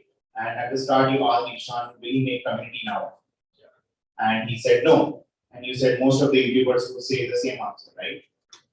Is it more of like a cult rather than a community? So it's not about cult or community. It's about the fact that YouTubers, Instagrammers, they don't have much energy. Like I haven't put up an Instagram story in weeks, months, maybe. Reason is I do other things and I just don't have the energy to produce content and do community. So it's the fact that their energy is split and they really, if something was making a lot of money, you put energy. But if it's not going to make you money and the ROI is low, you'd rather just do one more promoted post to make more than what the community does. I'd rather do that. And we have both cult and community at the same time. Yeah, most large communities are cults. Any example? So take the example of Avalon, in a sense, right? Like, it's not the entire community that becomes a cult, but there will be some core audience, like 2,000, 3,000 people who are just like fanatics. And there's nothing you can do about it. It's because that solves a very big problem of loneliness. Like, for example, I think Sadhguru's practice, right? He's got Sadhguru, the Art of Living guys, all of them are practice, right? Do content, do it across as many channels as possible. Bring these people down to a WhatsApp group, email, newsletter, whatever it is, convert them to some paid offer. Right? So they do this, and the reason that, say, a Sadhguru chooses to create this community versus, like I said, right, like Sadhguru is now splitting his energy between his content versus his community. The reason he does that is because he's got a lot of people, right? And he knows he can scale. It's a scalable business model. Yeah. The Patanjali guys, for example. One last thing. Do you think in Web3 having a cult is possible? I think all Web3 communities are cults, but they're like paid cults. I'm always very worried about paid cults, right? I'm incentivized for talking or. By the way, Not BuildSpace. Not BuildSpace. Yeah. So by the way, I'm not a biggest fan of crypto. Just putting it out there, like Web3 in essence. Like I'm a fan of the tech, but I think a lot of things that are going on right now are very perverse. Like the incentives are very perverse. Like if I was paid to say something good about something, and 1 rupee I might not do it, $10 I'm not going to do it, $100 I might not do it, $10,000 I'll think about it, right? 2 lakhs, as we know, even the YouTubers of the world will do it, right? So it really depends about how much I'm paid, and the problem with crypto is the tokenomics arise from nowhere. Right? There's no initial capital being put in, right? Like in venture capital, if you are valued at 8 crores and somebody's coming in and putting 1 crore, the post-money valuation of the company is 9 crores. There's a fictional initial valuation, then somebody's topping it up with a certain amount of capital, and that new valuation is real. But it's not instantly liquidatable. I can't take that 9 crores and now just like start spending. Right? I can spend 1 crore because that's real money put in. Right? The rest of the cash I cannot. Whereas in crypto, it's the opposite. If I as a VC invest today, I'll have liquidity at the end of the week. So I don't have to wait 8 years for an exit event for somebody else to buy the company and make all the cash real and liquid. I can start spending it next week. And the problem with me trying to spend that cash next week, is, right, I probably get very technical on this. The problem with me having the ability to spend that cash next week is that now I'll start saying good things about this project, even though I've been wondering what can you tell about the project. Right? So yeah, so I don't know if I answered your question, but yeah, I think all crypto communities are paid cards. Recently, I think a couple of months back, we saw that the BAYC's founders' identities were leaked as well, right? So I didn't see that there was much impact on the pseudo-anonymity part of it. Okay, so here's the thing, right? The BAYC founders were not large in essence, right? They were not large before the crypto world. Right? Imagine Ishan now creating like something like Bode. Right? The problem is if his identity was now outed, maybe Ishan called himself, ABC, and then his identity was outed. The problem is people will go scout his tweets from 10 years ago. Say, bro, this in 2005 you said this thing about apples, I believe in oranges, fuck you. Right? So that's a big problem. Right? If you have an identity before the crypto space, then it's a problem. In fact, today's pseudonym, it's always better to be pseudonymous. And there's so many pseudonymous projects where they're doing just fine. Bode, I think because they raised money from at least Horowitz, if I'm not wrong, you have to give your identity when you're talking to VCs. Right? It's tough to keep it under wraps because the VCs are going to talk, there are going to be lawyers involved, there's going to be an accountant involved, somebody in the middle is going to go to the press and say, by the way, I know who this guy is. Right? So it's hard. But if you decide to stay away from VC, it's pretty easy. So, another follow-up, what I missed during the conversation probably, or maybe I know it's a waiver observations that communities are more about nowadays. I think Web3 is about status signaling. Communities have always been about status. Right. You will not find a community without status. Even here there will be status. It's just human nature. Who's this guy? Jordan Peterson has this great YouTube video about lobsters. You should watch it. Right? He's just essentially speaks about the minute you have the neurotransmitter serotonin, you will get into status. In fact, every time you go into a room, you will stackline yourself in that room. Your body automatically does that. You will not give an accurate number. We think in numbers, right? When we talk about mathematics or we talk about ranks, we talk in numbers. Rank 1, rank 2. It started with you sitting with your WWE cards when you're 5 years old, saying, chest 55, right? But the brain does that a little more ambiguous. Sometimes you can't tell. You walk into a room like these guys at the top, these are in the middle, these guys at the bottom. But you do that everywhere, and with communities, it's just far easier to do because you can give somebody a badge for levels. And usually it's great because it's also proof of work. Right? So if somebody's put in the time, somebody's put in the effort, engagement, it's good for the bottom. The last bit, I think it's a question, maybe, in your opinion, right? So, Cred, for example, I think is one of the biggest, largest communities in India. How and why do you think it's not been able to scale to BAYC or some level, or how are they doing the problem? I don't think Cred's a community. They have no multiplayer parts in there. But they have that exclusivity and the status signaling and the. Doesn't matter. I tell you why. Status, like me driving a good car, for example, is only useful if I can drive that car in front of you. It is not useful if I drive that car in isolation. So the problem with Cred, because it's not a multiplayer, I can't say other people's accounts on Cred, if I'm not wrong. Right? I can't say somebody else's account be like, oh, that guy's cool. Whereas, take the example of Clubhouse. Whether they failed or not doesn't matter. They did status signaling right. You walk into a room, Elon Musk is there, you're like, Elon Musk. Right? Twitter is more explicit about this. Number of followers, blue tick. Right? So it's there everywhere. You can't do away with it. And Cred's biggest issue. And by the way, yeah. So Kunal Shah, Nitin Simple, some of the guys from Cred are investors in my company, right? So us doing a very multiplayer version of community versus them doing a very single player version of community, I had time to kind of see the parallel. Be like, if they were doing multiplayer, right, then it would be like proper road picture. Okay, we're taking more questions. But I want to take some questions from this side. Yeah. Personally, what do you think about DAOs and like how do you think it compares with traditional community? So you want an honest answer or you want like filtered answers? I think two kinds of DAOs, right? Tokenized DAOs, where there's voting, and then there's like normal DAOs. Okay, which is just basically you're a group, you're a Discord server, but you're calling yourself a DAO. I think tokenized DAOs are full of shit. I have not seen a single successful tokenized DAO, and I've been in this space for a very long time. And here's the reason why. Okay? I was looking at Mirror very recently, so they have a DAO, and they've been pretty popular. They raised quite a bit of money, right? If you look at the last 5 polls or votes, voting, whatever they call it, that have been created, they're all frivolous. Right? It's basically rubbish. It's like one guy saying, oh, should we kick Rahul off the community? Yes or no? Right? Should we? And by the way, all these DAOs have like a small amount of money in the treasury, which is pulled towards whatever the DAO decides is good. So if I want to donate money to COVID relief, and I put an address there, then I can start this vote, and people can either vote yes or no. And there's a threshold which it has to pass. Certain amount of, number of people have to say yes.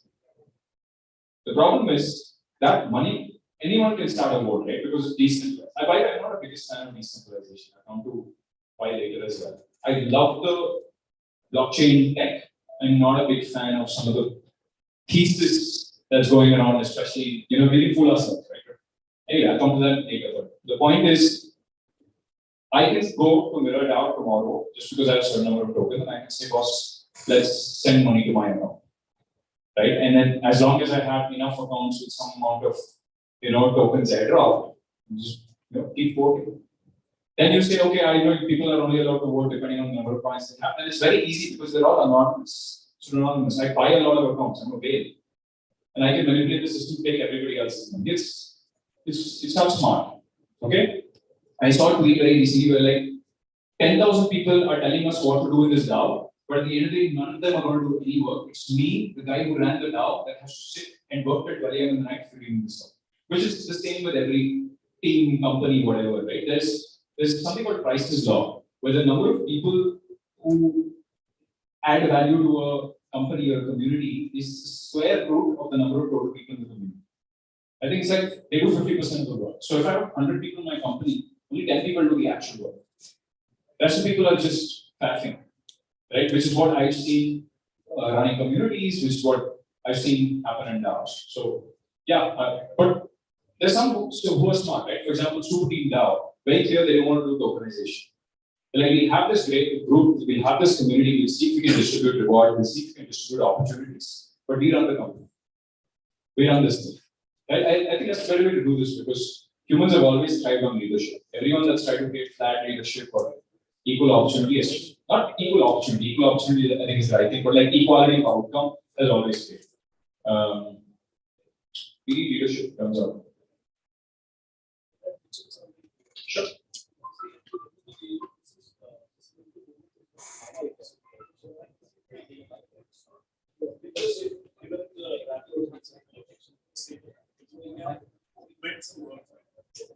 Basic idea of is that stay on the long term red cycles. Basic idea in crypto is not about that, I keep this guy equal to voting power. It's just part of that. I think this sounds my order. So the idea behind crypto is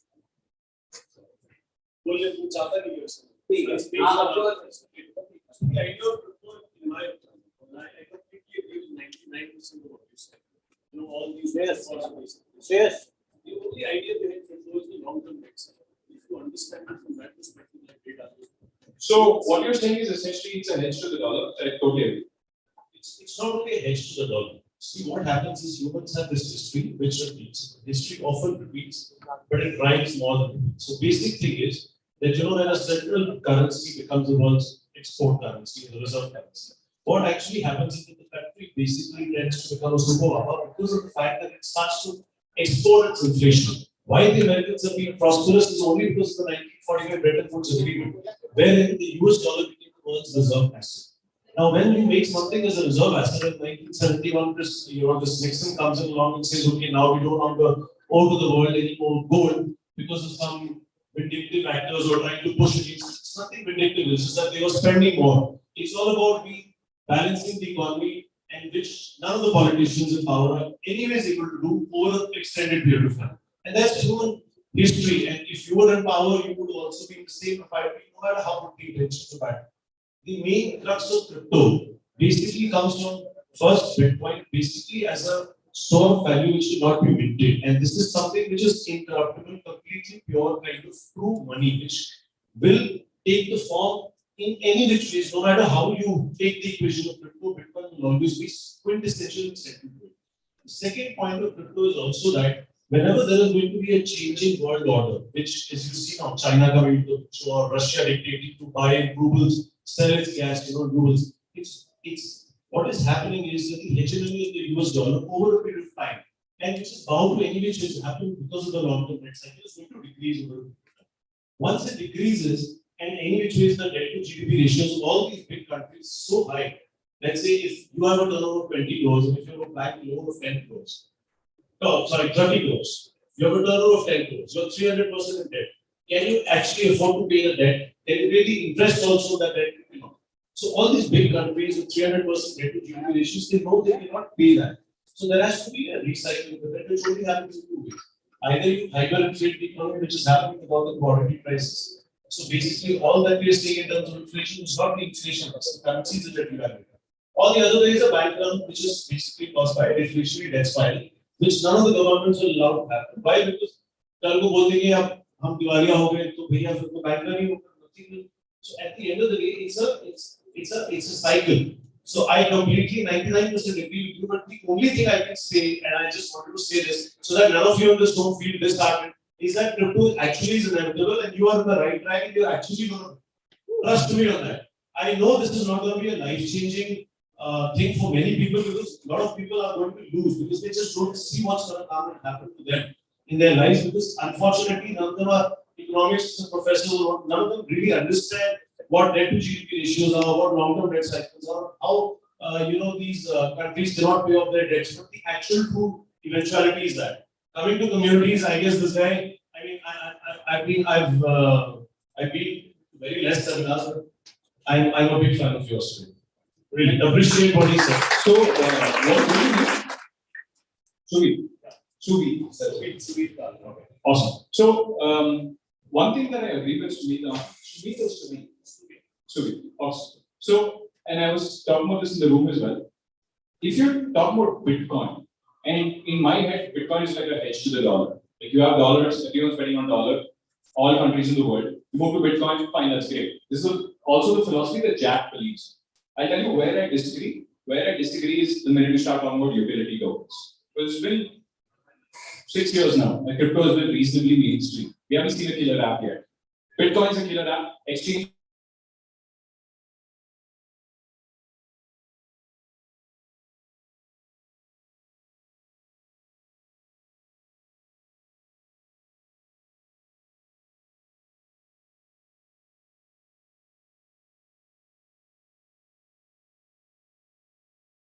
It's not been invented as yet. I'm telling you, but the only thing is, maybe it's not be AAA games. The moment you see games with play to earn or learn to earn models, that's where you see because any which ways, a lot of people are losing their jobs post-COVID. A lot of the people are actually facing the brunt of inflation. A lot of people are actually seeing their standard of living decrease as we speak. People in technology or maybe YouTube stars like you, it's a different story altogether. But a lot of the commoners are actually losing ground in daily lives. And that's when the change of jobs happens. And when this change of jobs leads to creator economies getting instant gratification, which can very well happen with online games, you will see that the utility will come. And then the cryptos which offer utility are not going to be basically only utilities. It's going to be a message bus system. Let's say I'm going to communicate something with you. And I can communicate it in real time. And you pay me for that through a medium which I like. And I can go ahead and change that into whatever other utility. Because humans So are you're saying that maybe you have an item in a game and you want to sell that item to a friend. right? And you make some money out of that. So you have sort of like a mini exchange inside each team. That's what you're saying, right? That's roughly what it's. Jobs are changing. So you know when jobs are changing. Actually, jobs are fine, but I was actually talking about the actual utility, like the actual like, thing you would build, right? So you're talking about something around those lines. Basically, we are always like so much more online trade that we actually value our online presence more than our physical presence. Fair enough. So what I was saying was in the crypto world, you building. I'm just thinking about. I'm trying to visualize what you're saying, right? So say you play a game. Let's say CS:GO. You have an item in CS:GO and you want to trade that. So you have like a central market, and crypto will enable that market. Real times that globally between people who like same culture and actually are like the same thing inside the same. Exactly. Awesome. Actually, this existed for 6 years. It's called the same community marketplace. They've had it for a very long time. It's exactly like any NFT marketplace you see, except the underlying tech is not blockchain, right? It's just Steam. It's a centralized thing, and the reason Steam did that, and even today you'll see like on every community market, like you'll see the trading price, and you'll see people saying, "Thank God I didn't get scammed." Right? So essentially, it's existed for a very long time. What I'm trying to say is that I'm sure these will work, right? What I'm a little questionable about is crypto really necessary under the hood, right? Because human behavior doesn't change. And a lot of things like crypto will actually work on the utility side. For example, Polygon doing certificates. They've been doing India certificates very recently, right? Nobody who's getting any of those certificates needs to know that there's crypto on the hood. So I feel like crypto will be like an invisible layer if there are utility in essence. But it doesn't matter. I could use like a privatized ledger, just have it not decentralized, and that would work fine as well. And Steve's proven that for like half a decade. So I'll explain it in two particular answers. The question is multifold. The basic thing is that crypto is not your savior. Most of you here are going to lose money, irrespective of that. Because you're going to go up investing in something shitty, and then you're going to call yourself, oh, I tried to do the right thing, but actually from the beginning you were making the wrong decision. I don't know if you've read the book by Neil Howard, it's called The Fourth Story. Go ahead and read it. I'm sure it's a very boring book about demographics, but you'll learn a lot of things about it. But the main crux of the matter is that when you have a world of instant attention economy, it's an instant gratification. Why do you think Microsoft has bought Activision Blizzard for $70 billion? Because they see what is inevitably going to come and happen. That you will see the hegemony of the dollar decrease. You're going to have chaos and anarchy across the world, which is going to rise further. You're going to have crypto-economic systems and pseudo-anonymous identities. You're going to have instant gratifications that people are going to solicit, either due to the lack of income for most of the commoners, or because of the attention economies that we're living in. So when you have a blockchain technology which settles utility as a message bus system over subsetting finalities across the world as a level playing field, that will attract a lot of these things happening on the blockchain, and that's when maybe the Microsofts and the other companies also will come into the picture and create their own tokens, which will all be interchangeable in a global instant 24/7 marketplace, which will all be interconnected with each other. That's where the utility is going to come. That's where we're heading, in my opinion. Might be that I'm wrong, might be that I'm right, but we will see. Fair enough. So, I think that no one can predict the future, so we'll see like a few years. But anyway, what I'm trying to say, guys, is that you had a question? You have a question? Shoot. Okay, guys, I'm out of time. Suhas's moment now. Thank you. It was very insightful, I believe, for everyone here. It was like we were thinking all of these answers, human psychology and incentive and everything, but Balan actually broke it down for us, like what are the actual reasons behind all of the things that happen with us human beings and why all of our problems are more or less the same. So now I will again move away from like all of this debate and everything that we had, something back to the more technical. So the next speaker I'm going to invite on stage is someone who is like very close to my heart. She's actually my mentor / sensei, and she's going to be actually starting us off with a workshop. And she's a developer at a very famous indexing protocol, the Graph. And so without any further ado, if we can just welcome Vishnu Mehta. Can you have a huge round of applause for her? Before we get started, I was just encourage you to just take your laptops out. We're going to do a very small, quick workshop, and we're going to try to build a decentralized EBS using GraphQL. So we have a slide. Hey everyone, super excited to be here for the session / workshop. It's more of a walkthrough, but I'm just really excited. It's my first in-person session in years since the pandemic started. And I'm just gonna, get to know the audience a bit better.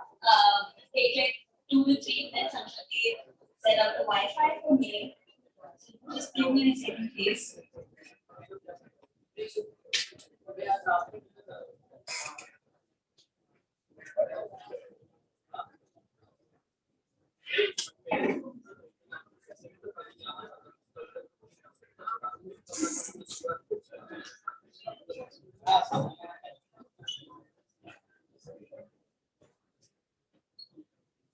Good. So I see a lot of people standing up. So if everyone can settle down, maybe we can get started. So hi to this side. I don't want to ignore anyone. Okay. So just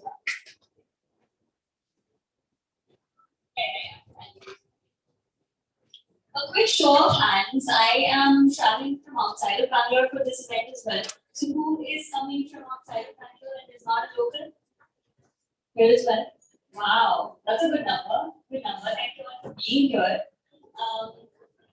So what's something fun that you did? When did everyone arrive? I'm presuming at least a day earlier. So if anyone can share like a fun fact, fun thing that they did as soon as they arrived in Bangalore. Anyone? Any takers? Anyone here? Everyone, can we just cheer up, guys? Come on. This is the very last, one of the last workshops right now. Yeah, so because I don't want anyone to be sleeping. We'll be, looking at code and we'll be getting to know where the graph fits in and where we'll be all good stuff. So I just don't want anyone to be sleeping at the back. Can we do 3 cheers? 3 cheers. Come on. Woo! Come on. Woo! Nice. I'll just check. You guys can just take your laptops out and connect in the meantime. Thank you. So does anyone know what is the graph? What they do? Anyone has ever heard of this? Anyone has ever heard of GraphQL before? So in the Web2 space as well, GraphQL. Have you heard of this? Yeah. Hands, please. Yeah. All right. This side. Can anyone just explain what is GraphQL, very small terms? Anyone? What is GraphQL? I would rather ask what's your favorite part about GraphQL if anyone is, is a big fan. Yeah. Please.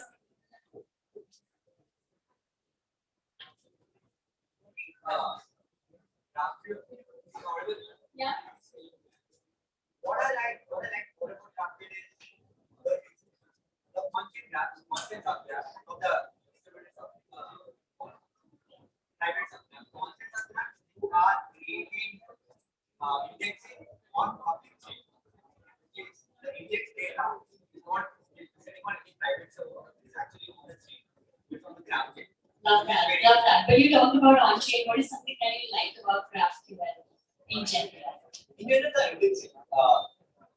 The major UX which I see the building on-chain have content apps, which are going to have a lot of transactions on-chain app is when you're reading from the chain without graph, I can't imagine how would I manage for building it and graph very fast. With graph, right now, I'm designing as I don't think of UX.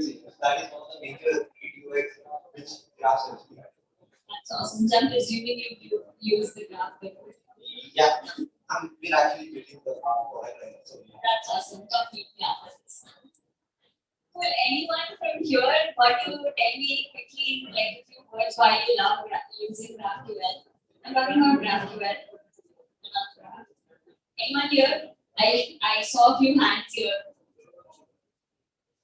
Energy, guys, let's get energy. I want to make this interactive and not just make it very one way. Yeah. Anyone here? Yes. Pass on the mic there.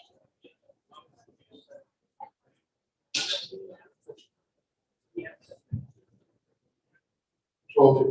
Hi. Not a complicated answer like this. I love GraphQL because I can get only the amount of data that I want from the response. So I worked in an e-commerce platform, and we used to get like all the unrelated product data and all of that. But our website became much faster when we started using GraphQL because we only started picking up the related data from the same API. Otherwise, we have designed different REST APIs for getting different kinds of data. Yeah, love that answer. That was also one of the main things that really fascinated me, apart from the documentation. It's very easy to explore, and also the introspection aspect of it as well. So without further ado, let me jump right into my session. Again, thank you everyone for being. Yeah, with one more. I just wanted to comment on the same thing, like why I love GraphQL. So, I've been using it in some projects as well. And I think the biggest thing I like is the type schema, because without JavaScript is already like proven that type definition. So, without type schema, it will be really hard to identify the different domain objects. So that makes it really easy for the front-end developer to understand what type of data is coming in. So that is what I love, I guess. So I'll just quickly elaborate on this point, is that GraphQL makes it very easy to, if you're a front-end developer, it makes it very easy to couple up your code with something like TypeScript or any other type language that you're using, because of the strongly typed schema of GraphQL, strongly typed nature of GraphQL. So one very good friend of mine from my previous company used to say that if you don't use GraphQL with a strongly typed language, it's basically like owning a sports car and never going over 50 kilometers per hour. So that's just a great analogy.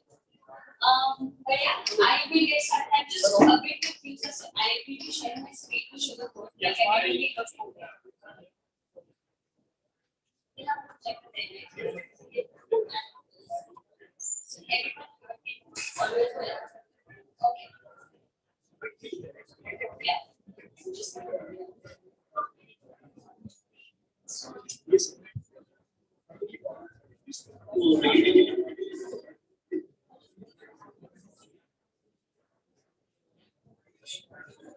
is line. Can everyone confirm that? See this main line? I'm not seeing anything there. No, right? No. Anything from this side? Good, right? Cool. So I'm going to divide the session into two parts. The first part is like giving a basic introduction of what decentralized APIs are, why they are necessary, like if you're a developer, why it makes sense for you, and where the graph comes in your Web3 stack, and why, like painting the entire picture of what the graph does for you, and for developers who are basically building decentralized applications. So I'm just going to give them a minute to set up that project before starting. Yeah.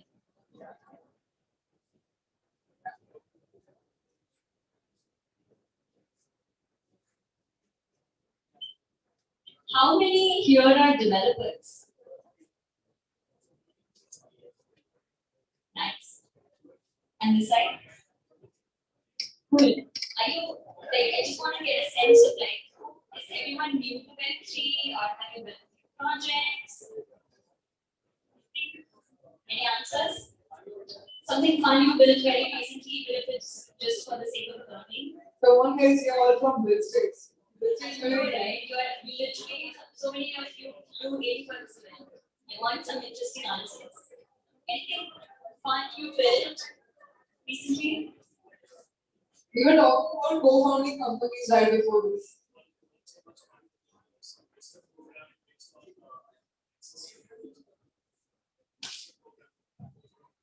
a Western program in Solana using access controls and also chaining orders integrated in both ends. It's not so chilled out, cool fun sometimes. Yeah, that's what I like. It's good for me. Anyone else? Okay, we have it on that side. Yeah. Just take it.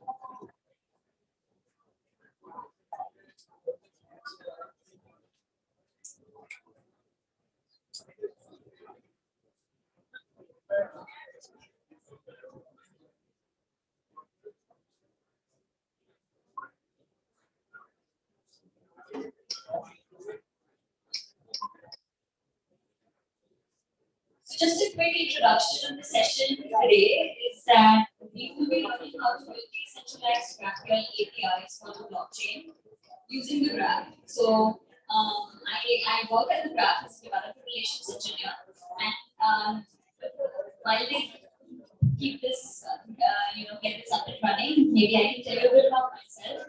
Hi, I'm Vishwa Mehta. You can call me Vish. I am a developer relations engineer at the graph, and my passion is building deeply engaged developer communities, and I really invest a lot of my time in making sure that I can help developers be successful with the frameworks and the tools that you're using. So no matter if you're a front-end developer, you are a back-end developer, you're a full-stack developer, I love to learn in public, and whatever I'm learning, I want to make sure that in that side of what we're looking at, helping developers like me who are learning as well, building in public, to be successful with whatever new technology that we're using. And in time, we have slides up and running on that project as well.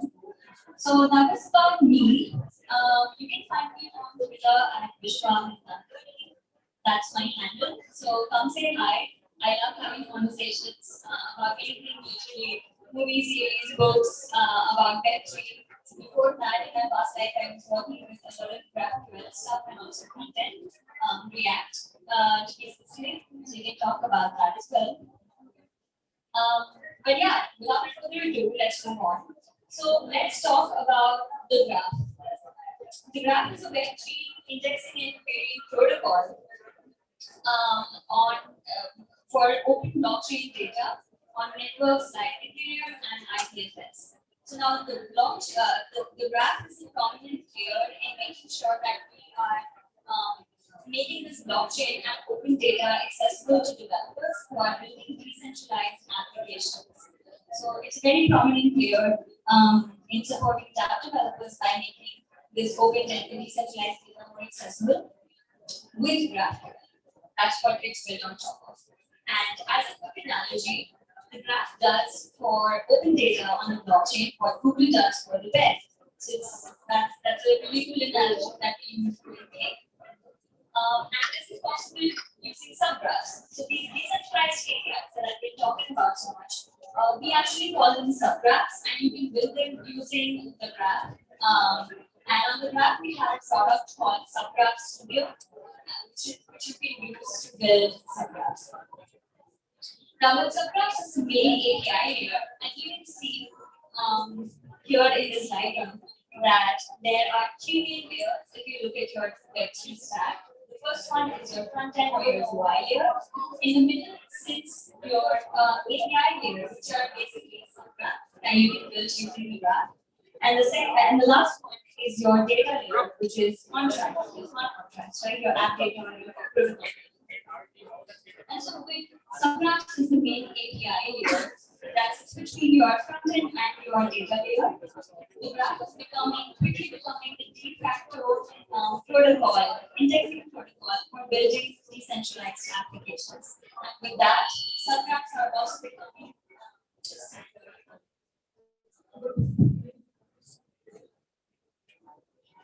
Now we get asked very often, where does the graph come into picture? So let me paint this picture for you.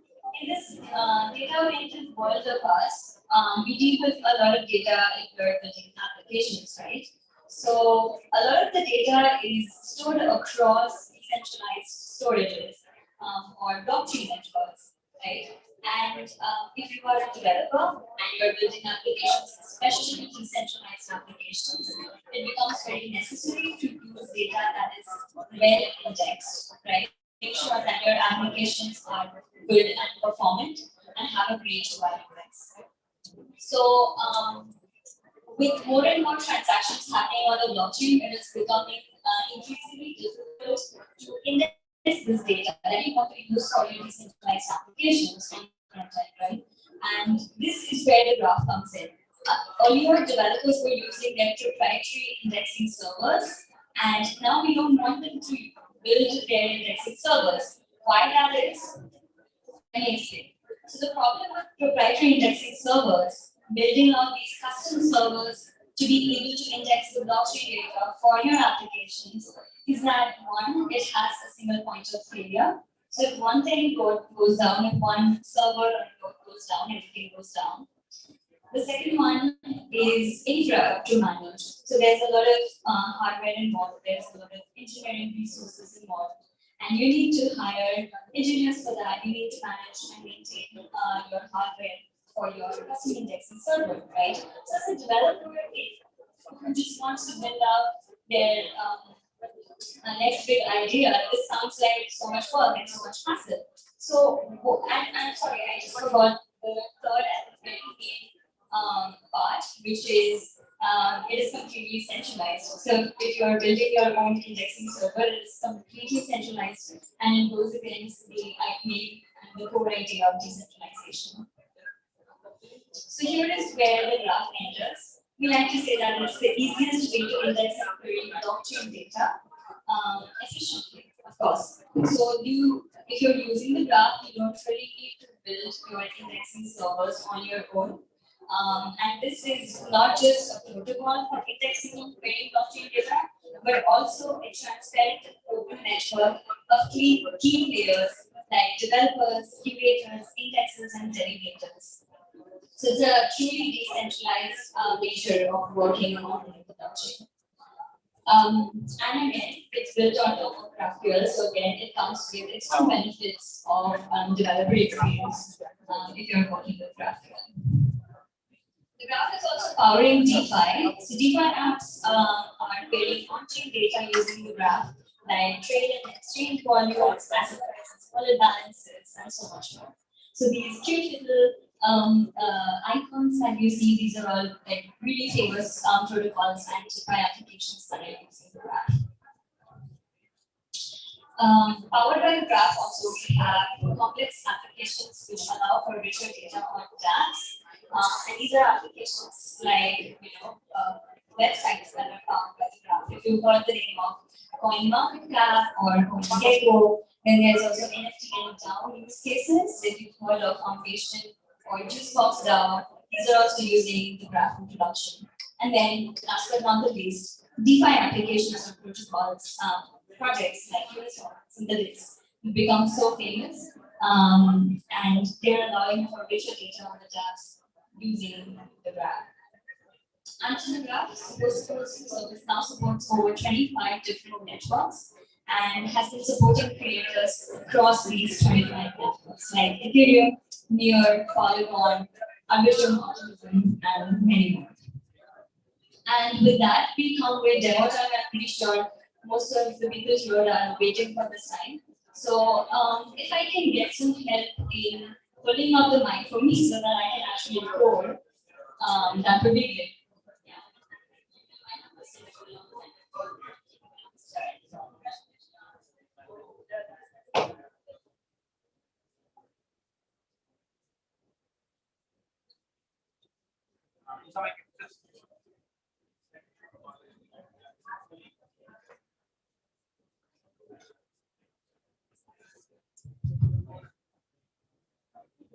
Great.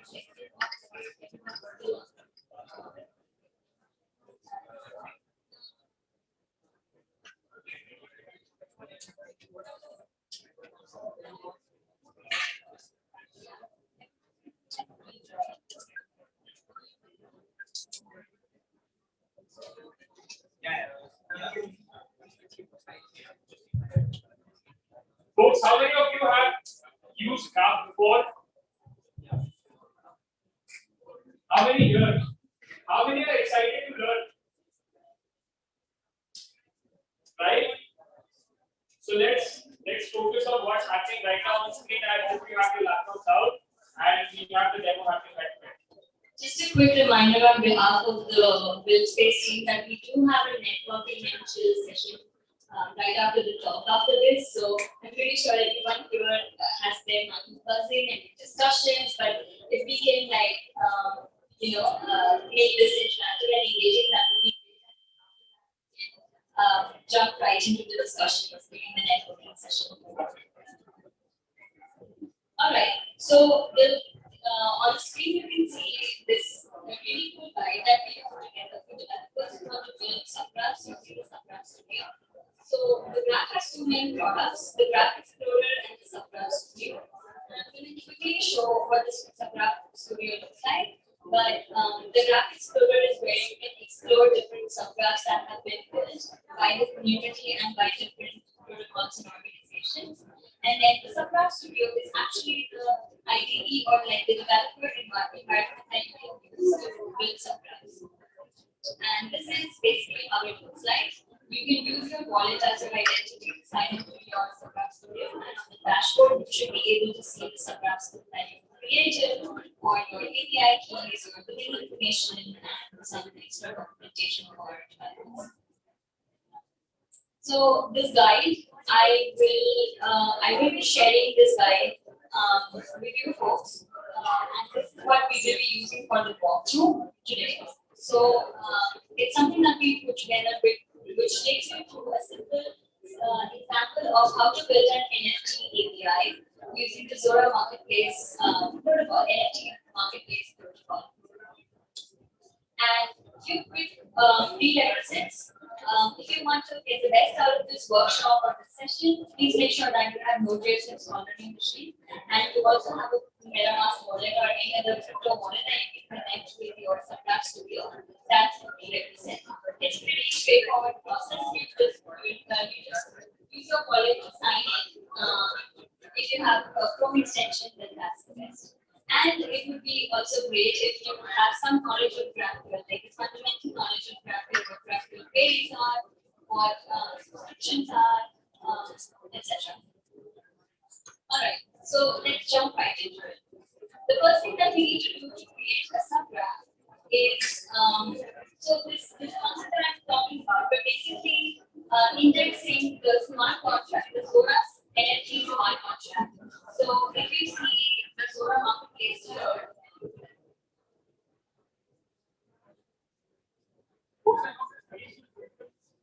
yeah, so if you see the Zora NFT Marketplace here, this is very cool NFT Marketplace, and they also have developer documentation. So they have a smart contract that we can use as a building block for building different NFT use cases. So this smart contract is the one that we are going to be using to be able to, let's say, to be able to index the NFT data, the token data, and the user data for the smart contract, and query it on your front end using the subgraph. So the subgraph is basically going to be your GraphQL API that we use to query that NFT data on chain activity that's happening.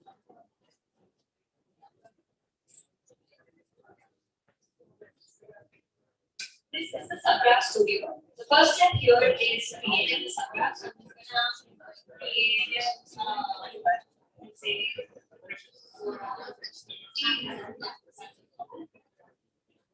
so I will select any VLAN, that's the network that I will be using. Click on continue, and this is going to create an instance on your Subgraph Studio. The next thing here I really like about the Subgraph Studio and the dashboard for the subgraphs is that it has some wiki documentation on the right side. So it takes you through how to run some commands, which is basically installing the GraphQL CLI. The initialize command that you should use to initialize the first subgraphs. And then the last few steps are authenticating and deploying your actual subgraph that you built.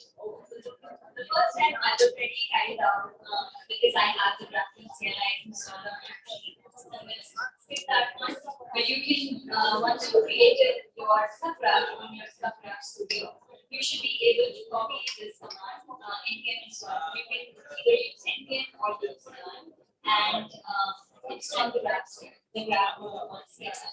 If you have commands, then you can use the scaffold.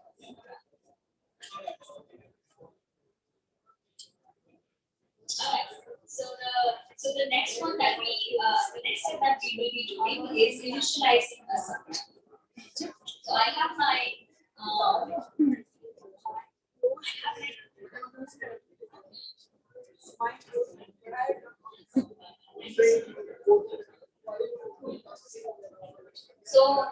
I have my developer environment over here, code that I'm using, and the next one, I will run the graph in it. So the one that I will be running is a bit different from what it looks like in the presentation. And I will explain what it does while you get started. So the graph in it command has a few flags. The different types that we will be using are contract name, index events, studio, and from contract. So the from contract flag of the graph init command is basically a command that lets you. Excuse me. Yeah, if I can have your attention on this side, that would be really good, so that others who are tuning in can also focus. Cool. So I was talking about the graph init command. This is the command that you can use to initialize or scaffold your subgraph API, right? And it has a few flags. The from contract flag that you can see here, right here, and I hope the font is visible to everyone. Is the flag that lets you pass the smart contract address that we are using, which is the Zora smart contract address, and you can find that in the development documentation. There's also one more flag here, which is called the index events flag. And what this does is it generates the types and the packages that you should be that you will be needing to be able to interact with the events that are happening on chain on the smart contract. And then there's the the contract name. A smart contract has different contract names. The one that we're using is here. So let me move ahead and accept the defaults. The protocol we're using.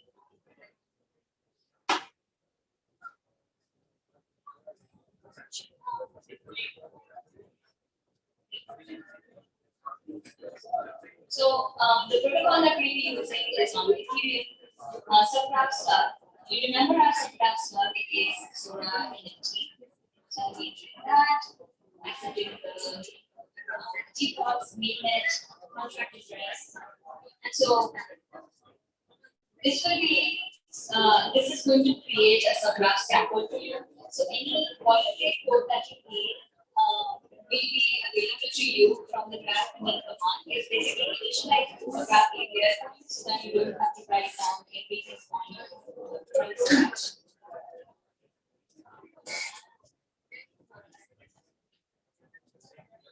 I hope this is better. So let me go ahead and start.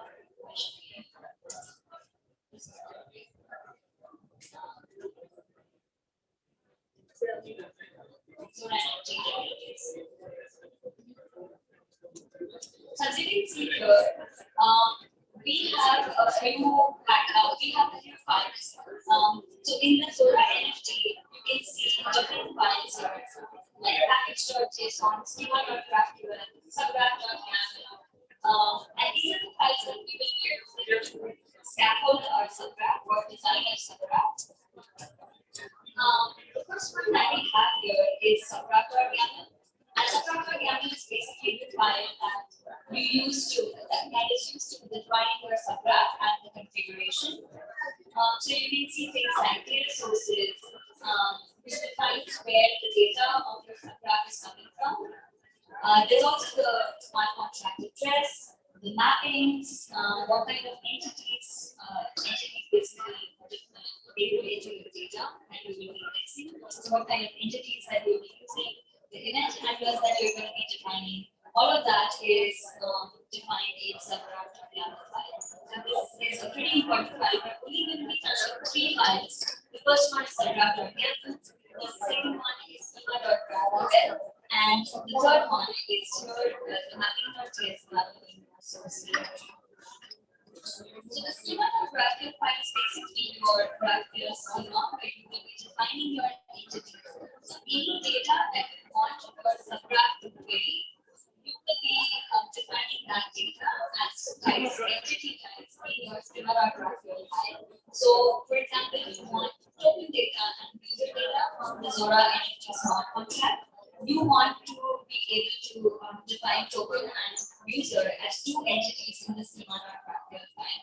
And then only on your front end will you be able to query token data and user data from the smart contract.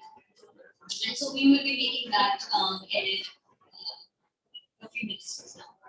And the last one is the mapping.js file. This is a text file. And basically what we're doing here is we're mapping the local business logic that you want to be executed whenever a particular event is happening on chain, whenever we start indexing that smart contract. So for example, a transfer event happens when you're indexing the Zora NFT smart contract. You want to be able to handle that event, right? So you want to write some business logic or some code that will be executed whenever this event happens on chain.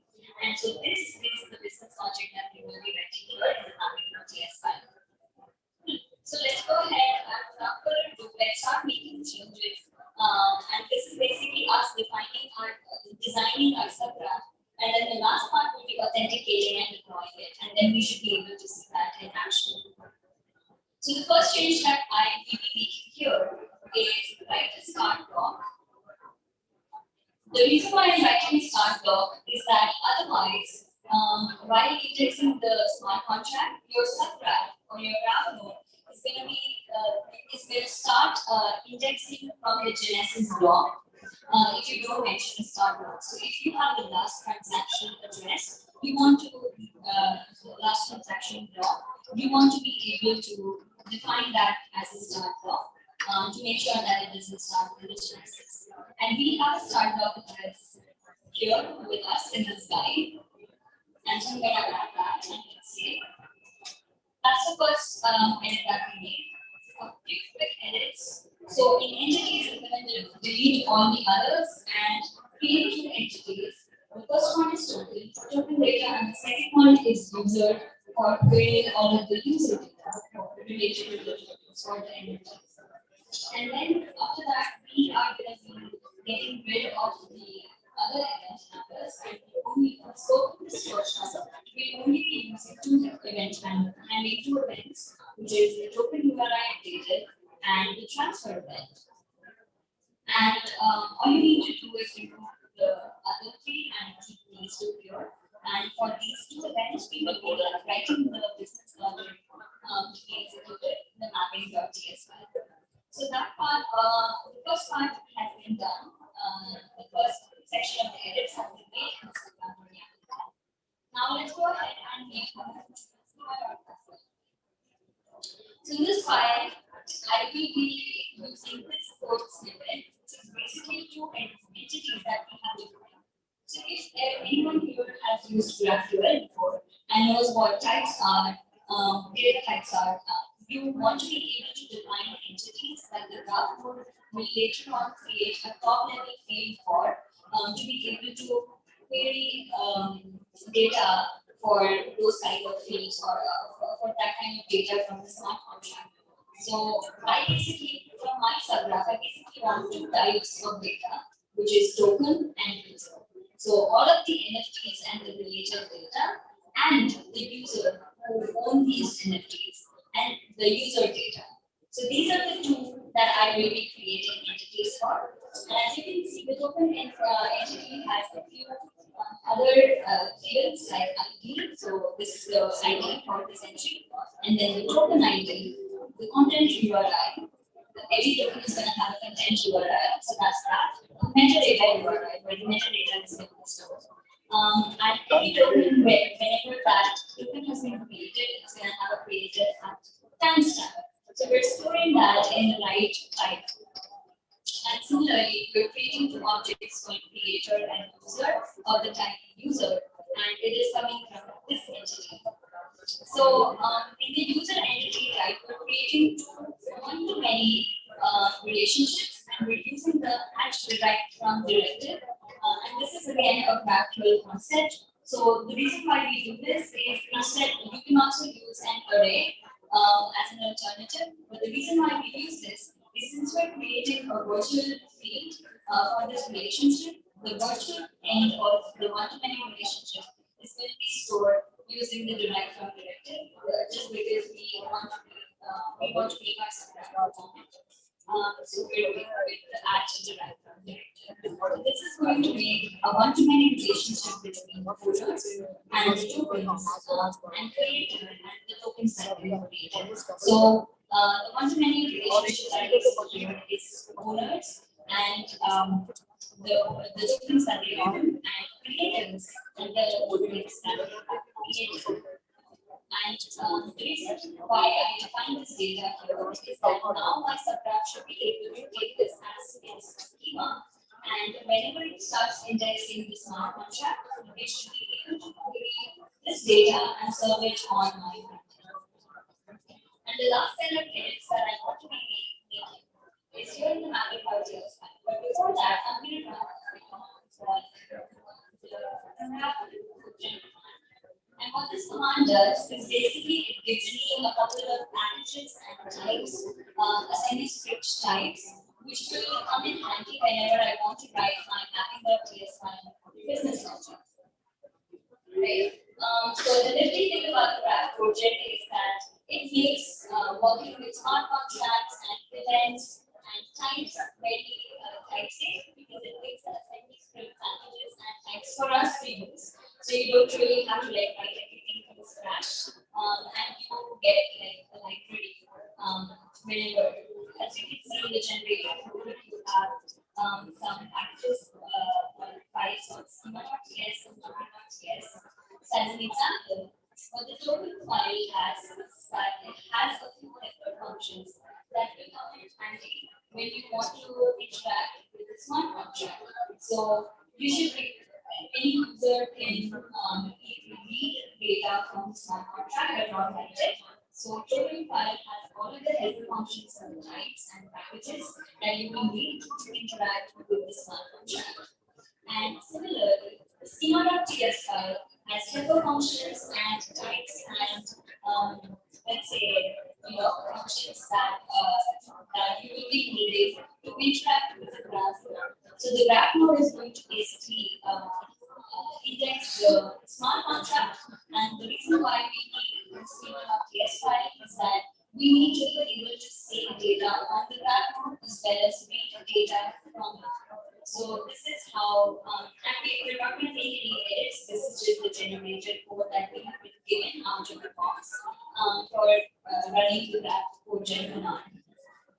And now that we've run the graph codegen command, we are going to go through the mappings.ts file, and I have a snippet of code here, and this is the basic business logic that we will be using to define what we want to execute whenever whenever the graph command smart contract is being indexed using subgraph. So the one that you see here, we're basically importing all of the helper functions from the token file as schema.ts file. So we're going to be using those to interact with both the graph node as well as the smart contract. And so the first function that we see here is the handle transfer function. This is the function that we write to execute some business logic whenever the transfer event happens. Right. So this function is going to handle that transfer event that's happening on chain. Now, when does a transfer event happen? It happens whenever a new token is being minted, a new entity is being minted, or whenever the ownership of an entity is being transferred from one user to another. So this is the logic that we've written to be able to handle that transfer function. So the first thing is that we do here is from the smart contract and then check whether this token exists or not. If the token already exists, it means that the ownership, only the ownership is being transferred. And so we will save the new owner data onto the graph to be able to query that data on the front end. But in case the token does not exist, once we come out of the SIG, this statement, if we find out that the token data does not exist, it means that a new token or a new entity is being minted. And in that case, we are going to be storing the new token data onto the graph and to be able to index the data.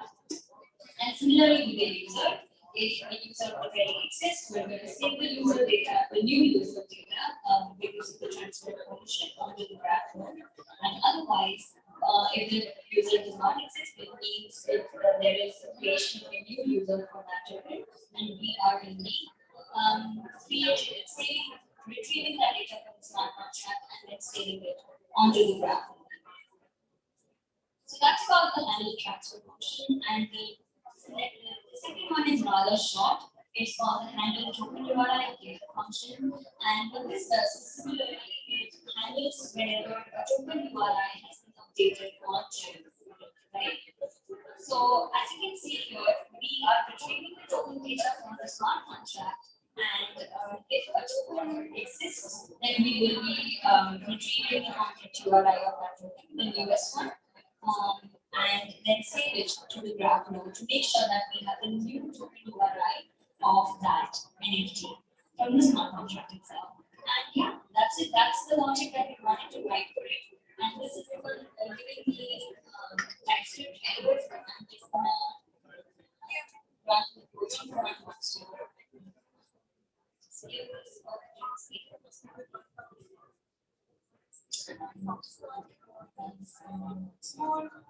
So this works.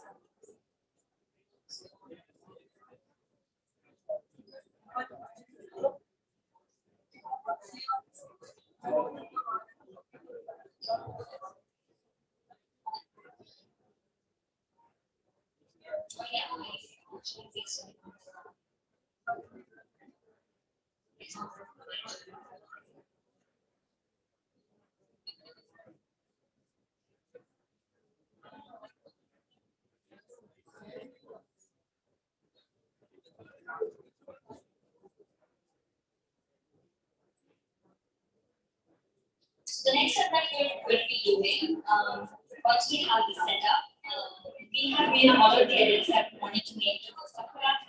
And the next step that we want to be doing is authenticating our subgraph. What this means is that we want to make our subgraph ready to be queried on our front-end, and we will be authenticating it before deploying it. And for that, we will be a deploy key that is made available to us on our subgraph dashboard.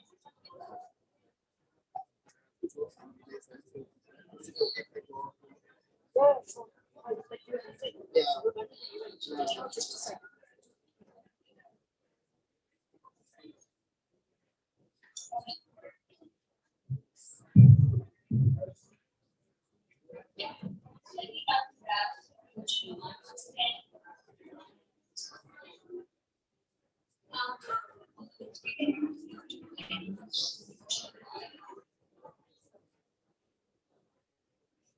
Basically, what this does is we should be able to have the data, but once you have been designing your subgraph, you should be able to authenticate your subgraph using the CLI and your deploy key, which is your deploy key is going to be different for everyone. So I'm just going to go ahead and copy this one. And I'll explain the command quickly. This is the graph auth command that authenticates your subgraph. And we're passing the studio flag. The reason why we pass the studio flag is because we're entering the deploy key as an argument.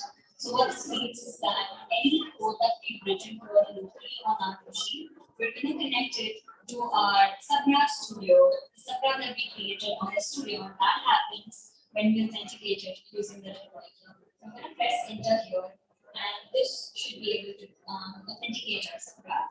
And then the last part here is going to be deploy.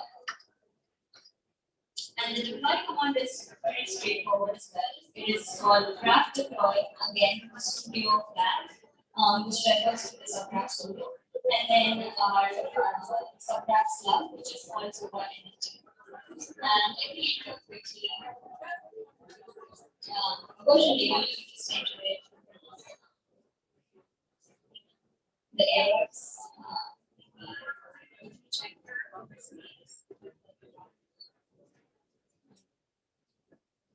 Check.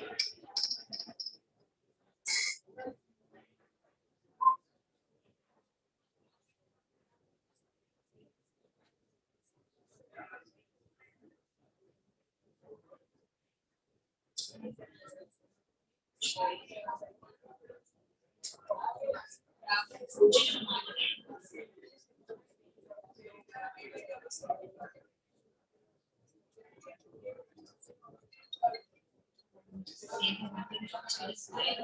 I'm not sure why it's not picking up.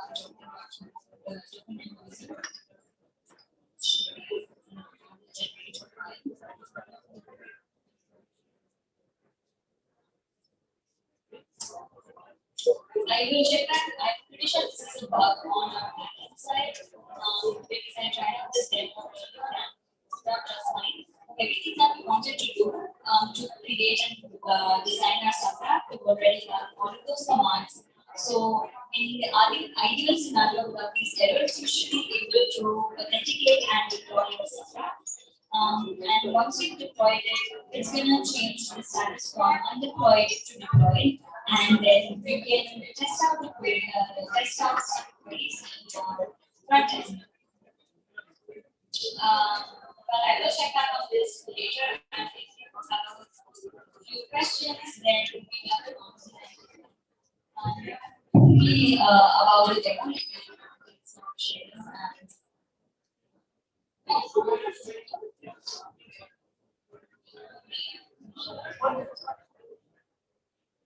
What exactly do you copy this unit? Is that the code? The code, right? Yeah.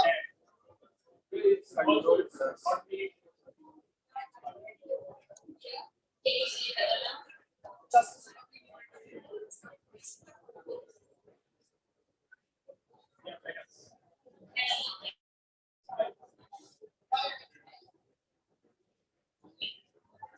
This code out just fine this morning, and I think it's we've been making a few changes to the product, and this is probably something that came up as a breaking change. But once you run the graph origin command, it generates assembly script types, and then when you write your business logic in the mapping.js file, that's your final edit, and then you can authenticate your subgraph using your graph auth command, and then finally finish off by deploying your subgraph using the graph deploy command as well. And once you've done that, it should be not sharing that. Yeah. Once you've done that, it should change the status from undeployed to deploy, and you should be able to test out queries. And in this guide, you can see that this is how a deployed subgraph will look like once we have it. We have a playground in the subgraph studio, and in that playground, you can write out, for example, queries. I would have loved to show some queries here as well, but there's some problem with the code here in the mapping file. But ideally, this is what it's supposed to look like. And this is your typical GraphQL query and data that is being returned in response to that query. And in this guide, we have a few example queries as well, like that you can to be able to test out that subgraph. We go back to the slides. So that was the workshop on how to build your first decentralized GraphQL API using the Zoranity smart contract. And if you want to join the Web3 movement and get involved with the graph, our official website is the graph.com that you saw earlier. And we also have some really cool bunch of official documentation that is on the graph.com/course.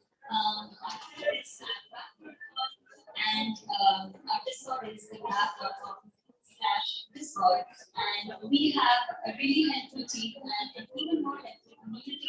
If you have any questions at all, or if you are building something new or evaluating it, we would love to have you there. So you can say hi on Twitter, you can say hi on Discord, and get to know us. Thank you. Thank you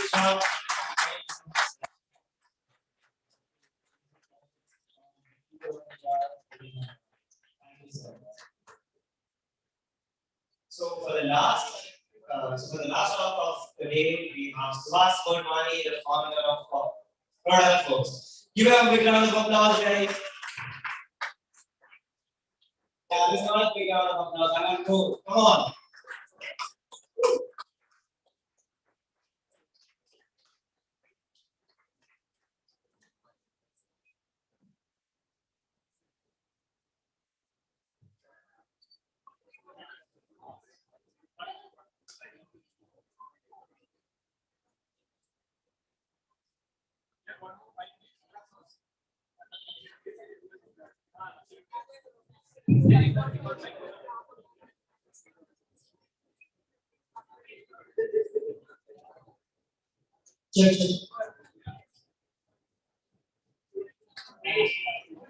Hello everyone.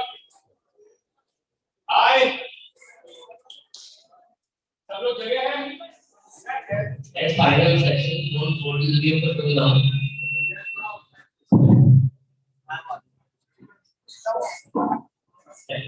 Are we awake? Yes. Are we awake? Yes, so there. Are we awake here? Yes. Good. So we have my dear friend Subhash here with us. थोड़ा आवाज भाई साहब के लिए है.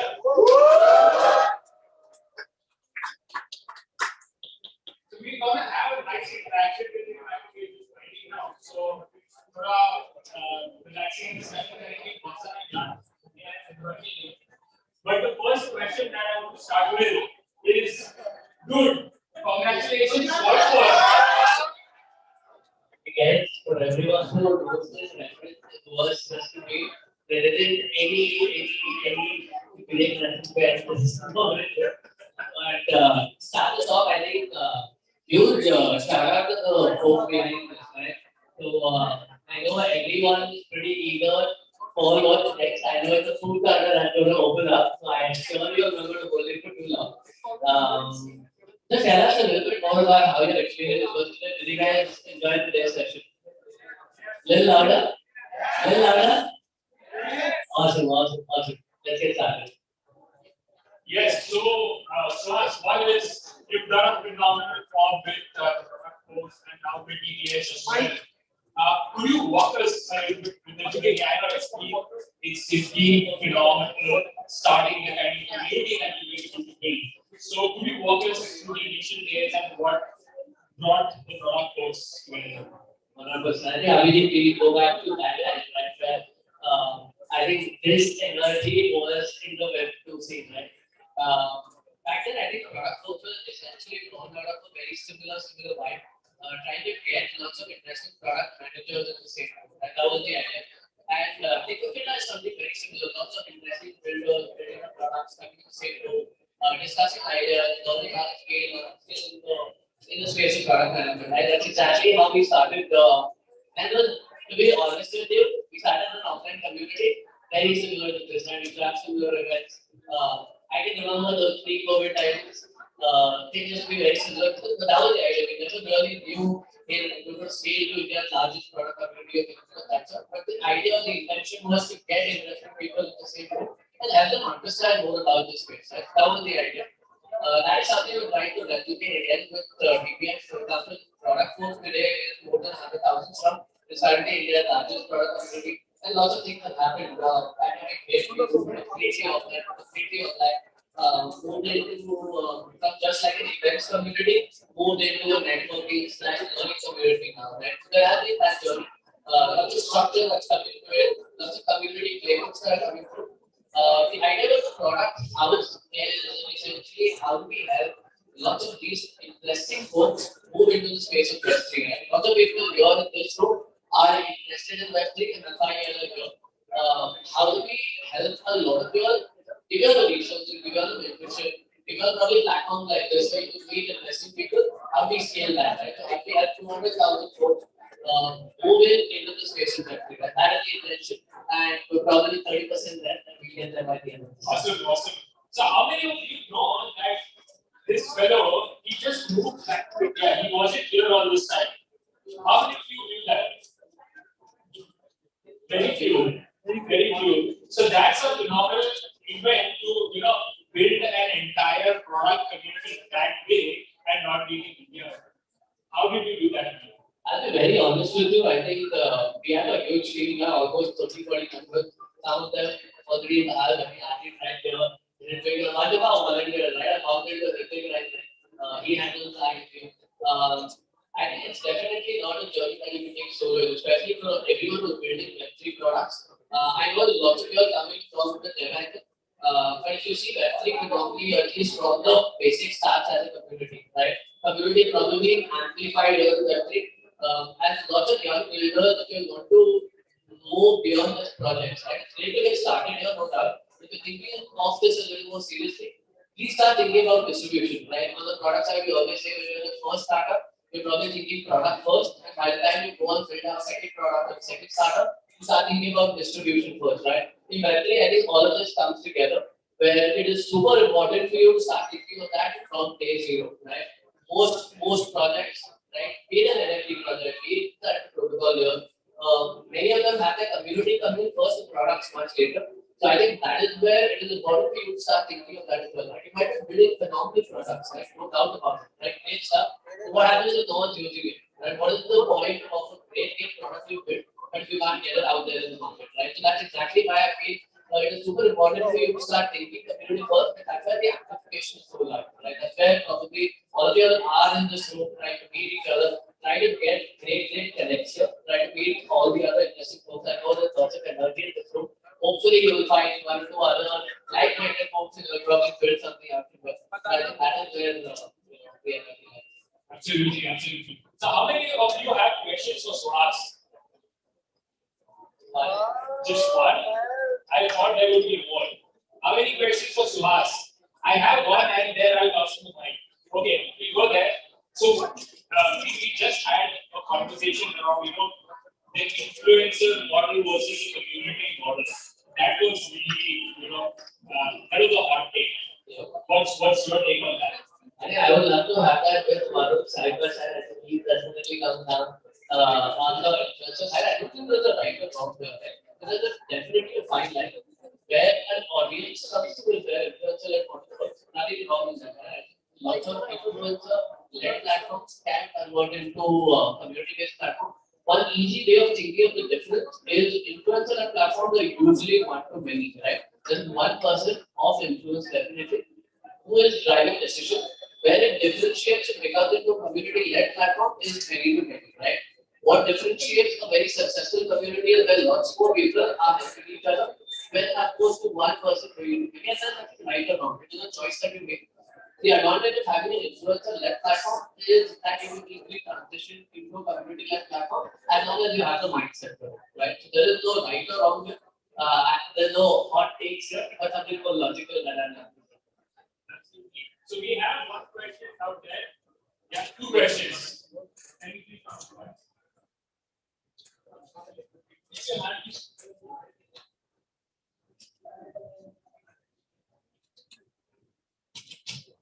Yeah.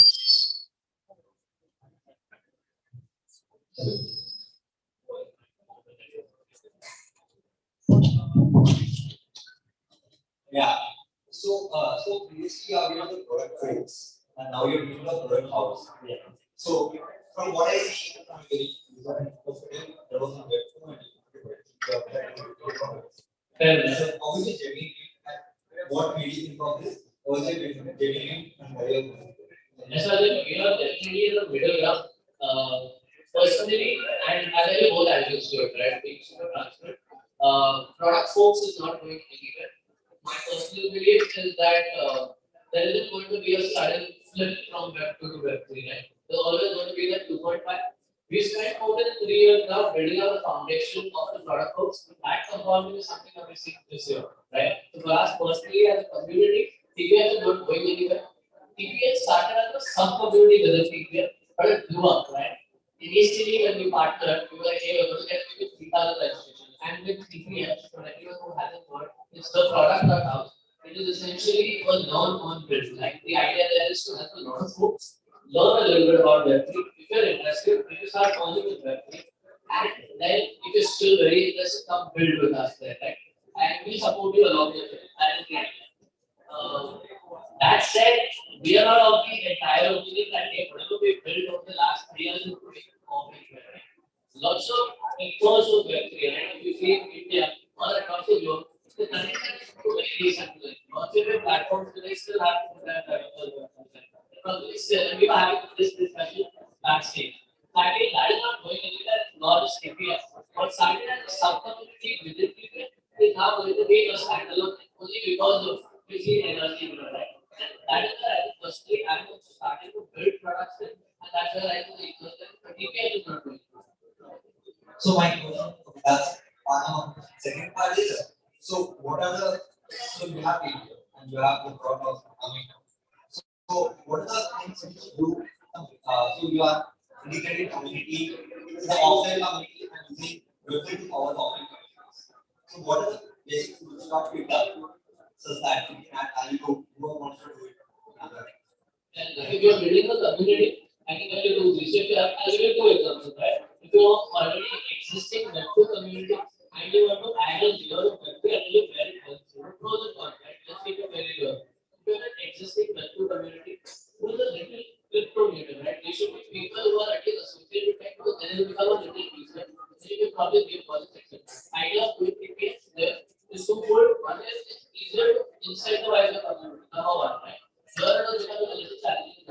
Second, the product of the business platform started from scratch. 3 years back, we probably didn't have this playbook. We didn't have a lot of learning. And at a community that's 100,000 strong, it becomes really difficult. Right? So that is the good people that is helping us. So that is something that can help you. To get a platform to start from scratch, number one.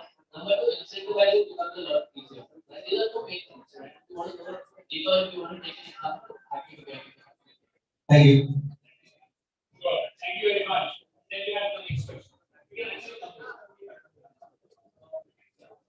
This place over here, you can say. Hey, my question is about EPF.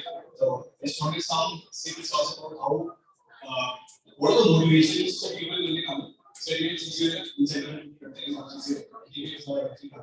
so, what are the incentives? How are they changed over the years? Because now it's a very active platform, so incentives are moving.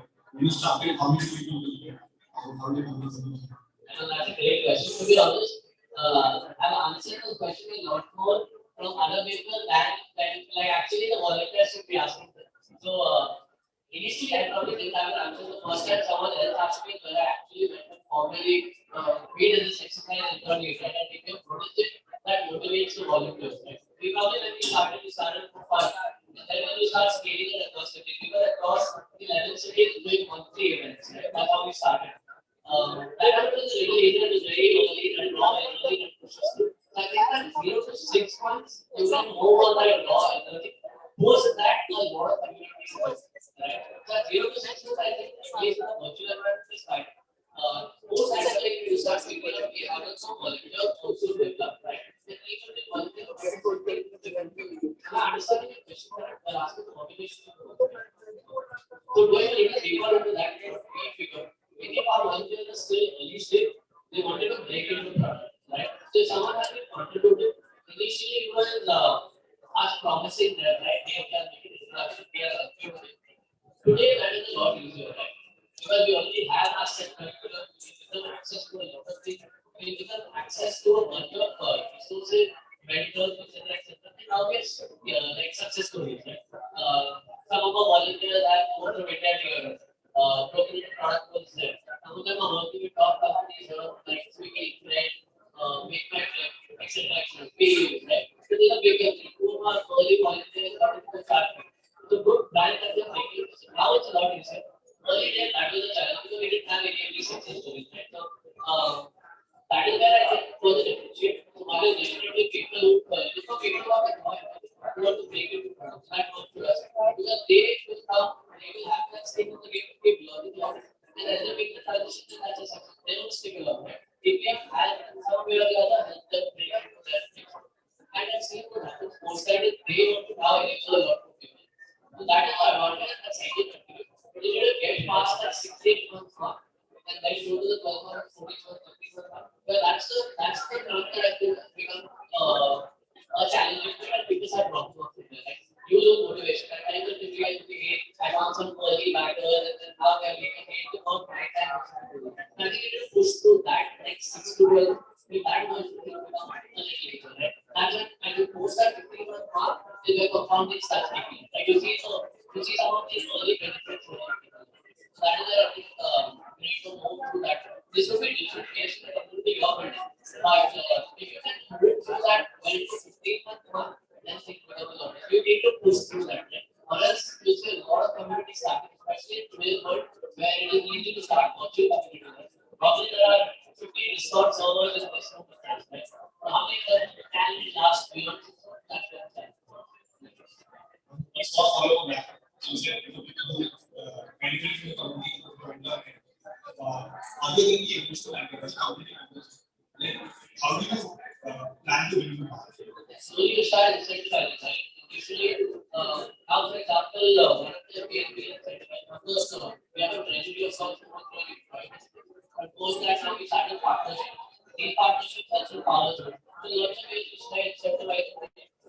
The incentives can be very different for different communities. If at all it is an internship model, start taking that off. If it is a full-time model, and it is system, then keep it off. You've got to find a middle ground here, right? For a long period of time. And people make it other than completely free community to the 99% of the initiatives are free to work with them, right? Some of them want to do the kick off paid initiatives early, and then that they use to having it from people. You have doing a monetary limit for it. Remember that it takes a lot of comfort. Right. So be okay with the fact that okay, that first 6 to 12 months is not going to be paid, but if I can push through that, that will also not something. But you need to be okay with that. Thank you. Absolutely. Thank you very much. Do we have any more questions? Yes. Please.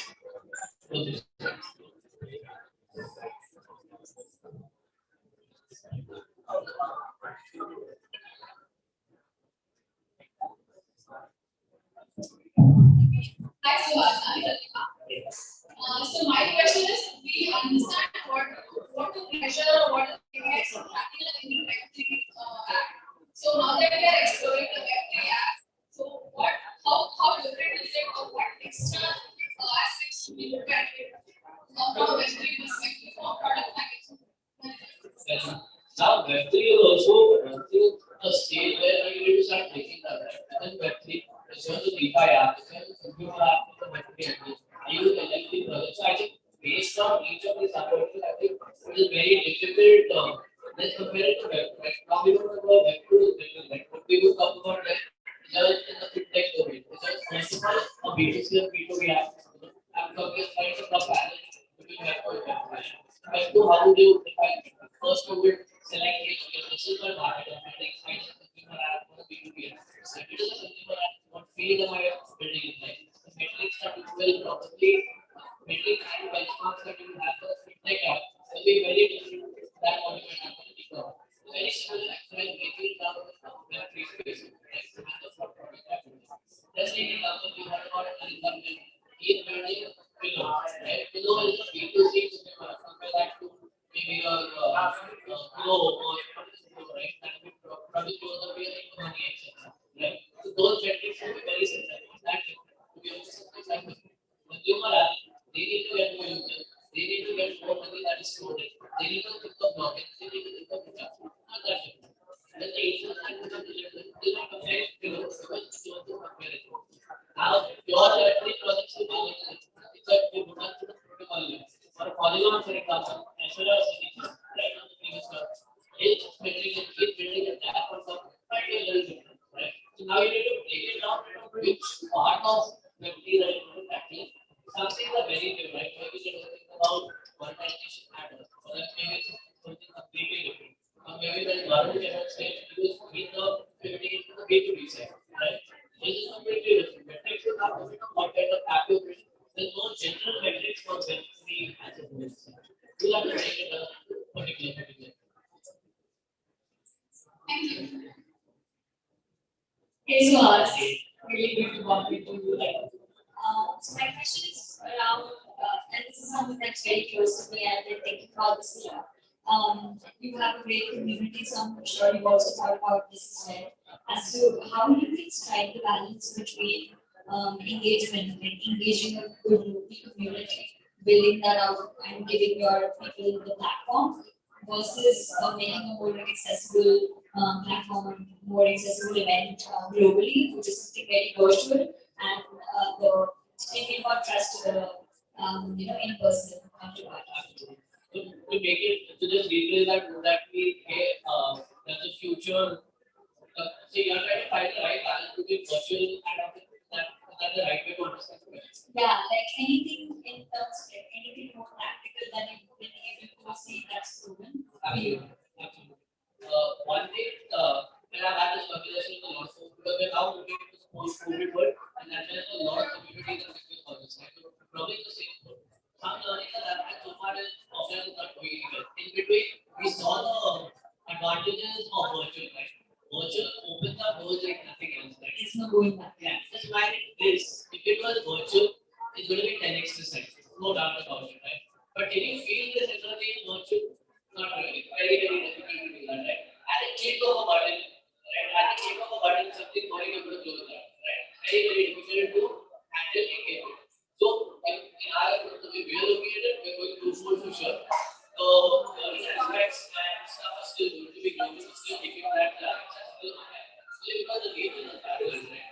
You can have the speaker from Valley, like talking to you, like sharing their learning, that's the rest of the world you need. There is no way you can do that offline unless you have 100,000 money maybe client card. Still you have to be restricted, right? So you probably have to do this kind of thing and screen it out. Which is probably the hybrid approach, lots of bigger than what we have to do is bring that offline. That's something we have to study because this is alumni strong, right? Something that you all suffer. Lots of people are doing like webinars, for example, in the community. We were talking about influencer-led engagement. If I really want something, what I will say that I'm not going to go into that. No harm. The word community is going to be visible. It's probably going to go into we probably see so many Discord servers, 60,000 strong, without a deadline to do it. Without a Discord server. So I think nothing beats this offline again.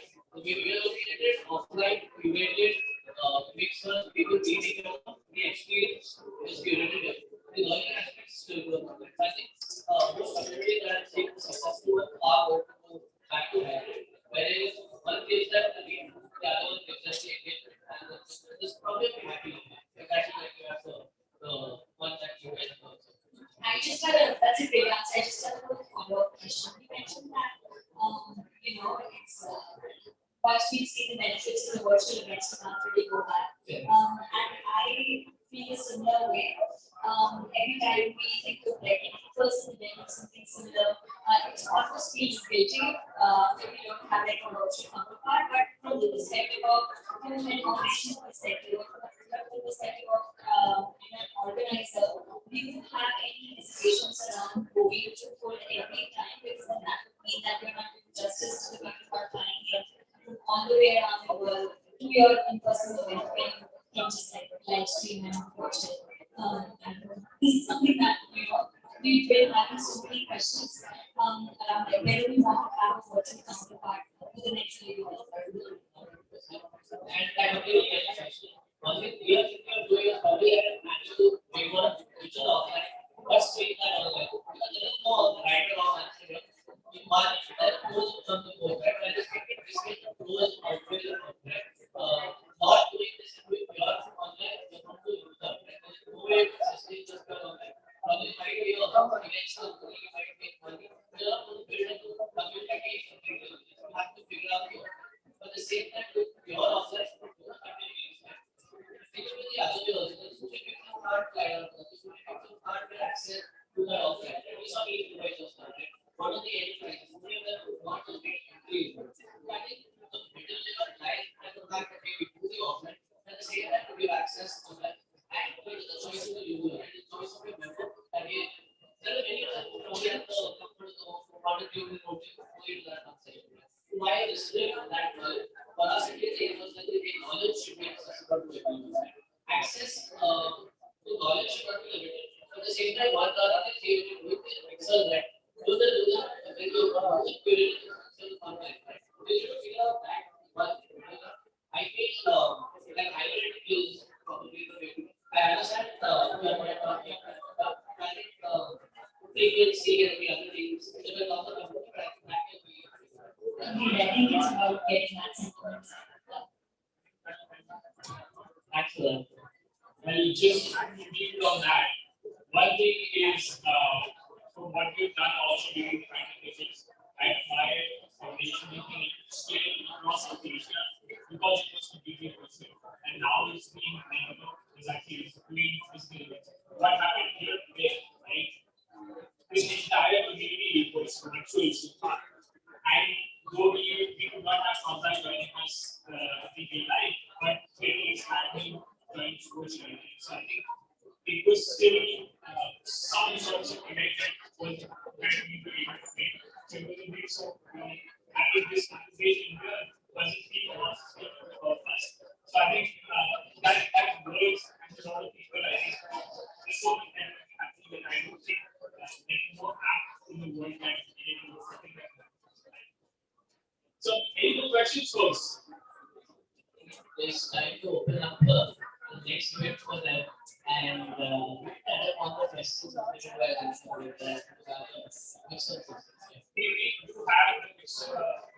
mixers going on next. Just I think some closing thoughts here is say naturally on how the virtual and physical learning and how I think a lot of folks here also not from your tech background, right? How many of you are like non-tech folks here? How many non-tech folks here?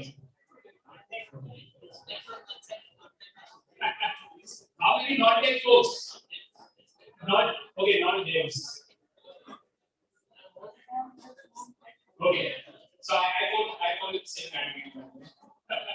So I think what TPA for TPA also brings is it brings the devs and the good devs together. I think for a lot of non-devs like me out there, it sometimes becomes difficult to connect with the technology. So how do you initiatives like yours actually break that, get that bridge tomorrow?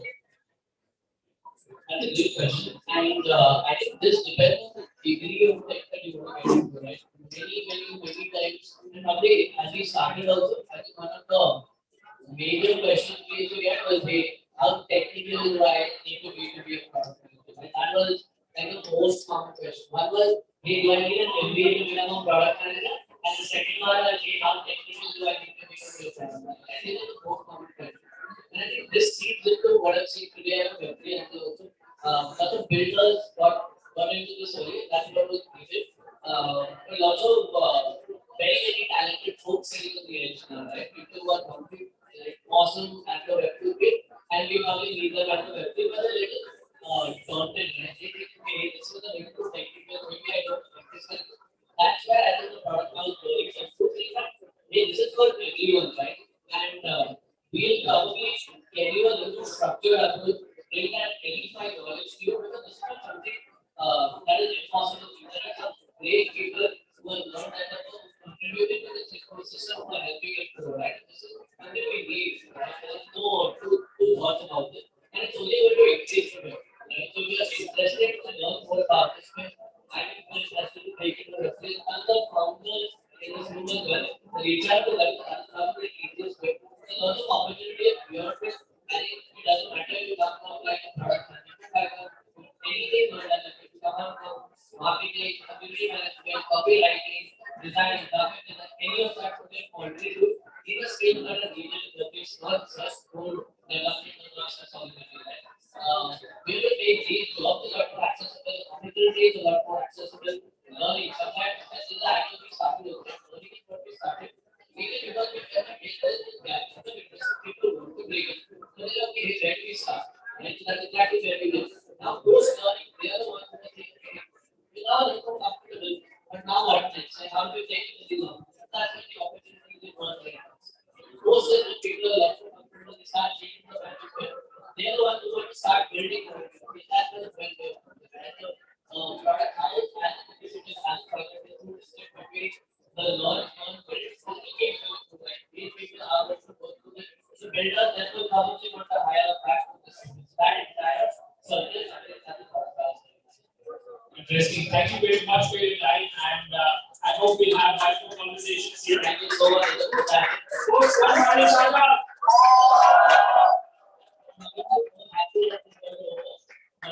Thank you so much for being here. In fact, I think it was lovely to see you work on. And I think also start coming partner. Huge shout out to the organizer. I know this is the last event, so probably taking this opportunity to probably call it. Awesome. Thank you so much for this opportunity. Hey guys, thank you for being there for so long. I know you guys are tired, but I just take 2 minutes. I would like to invite all the BuildSpace core members, BuildSpace India core members and volunteers who helped us today on the stage. Please, guys, come up and whoever helped today, please come. Come just come.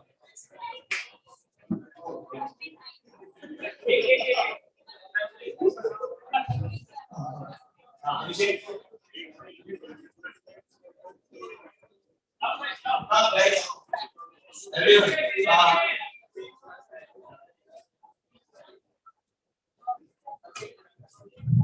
Stop that here. Come on, Abhishek.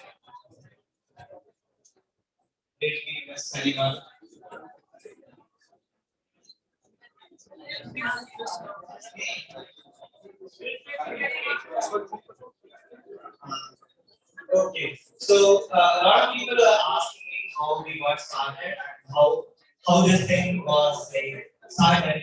So it's a really fun story.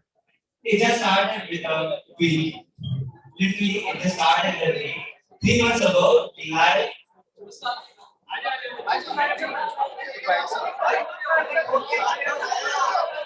Okay, guys, can you give a big round of applause for the team, please? Not big enough, not big enough.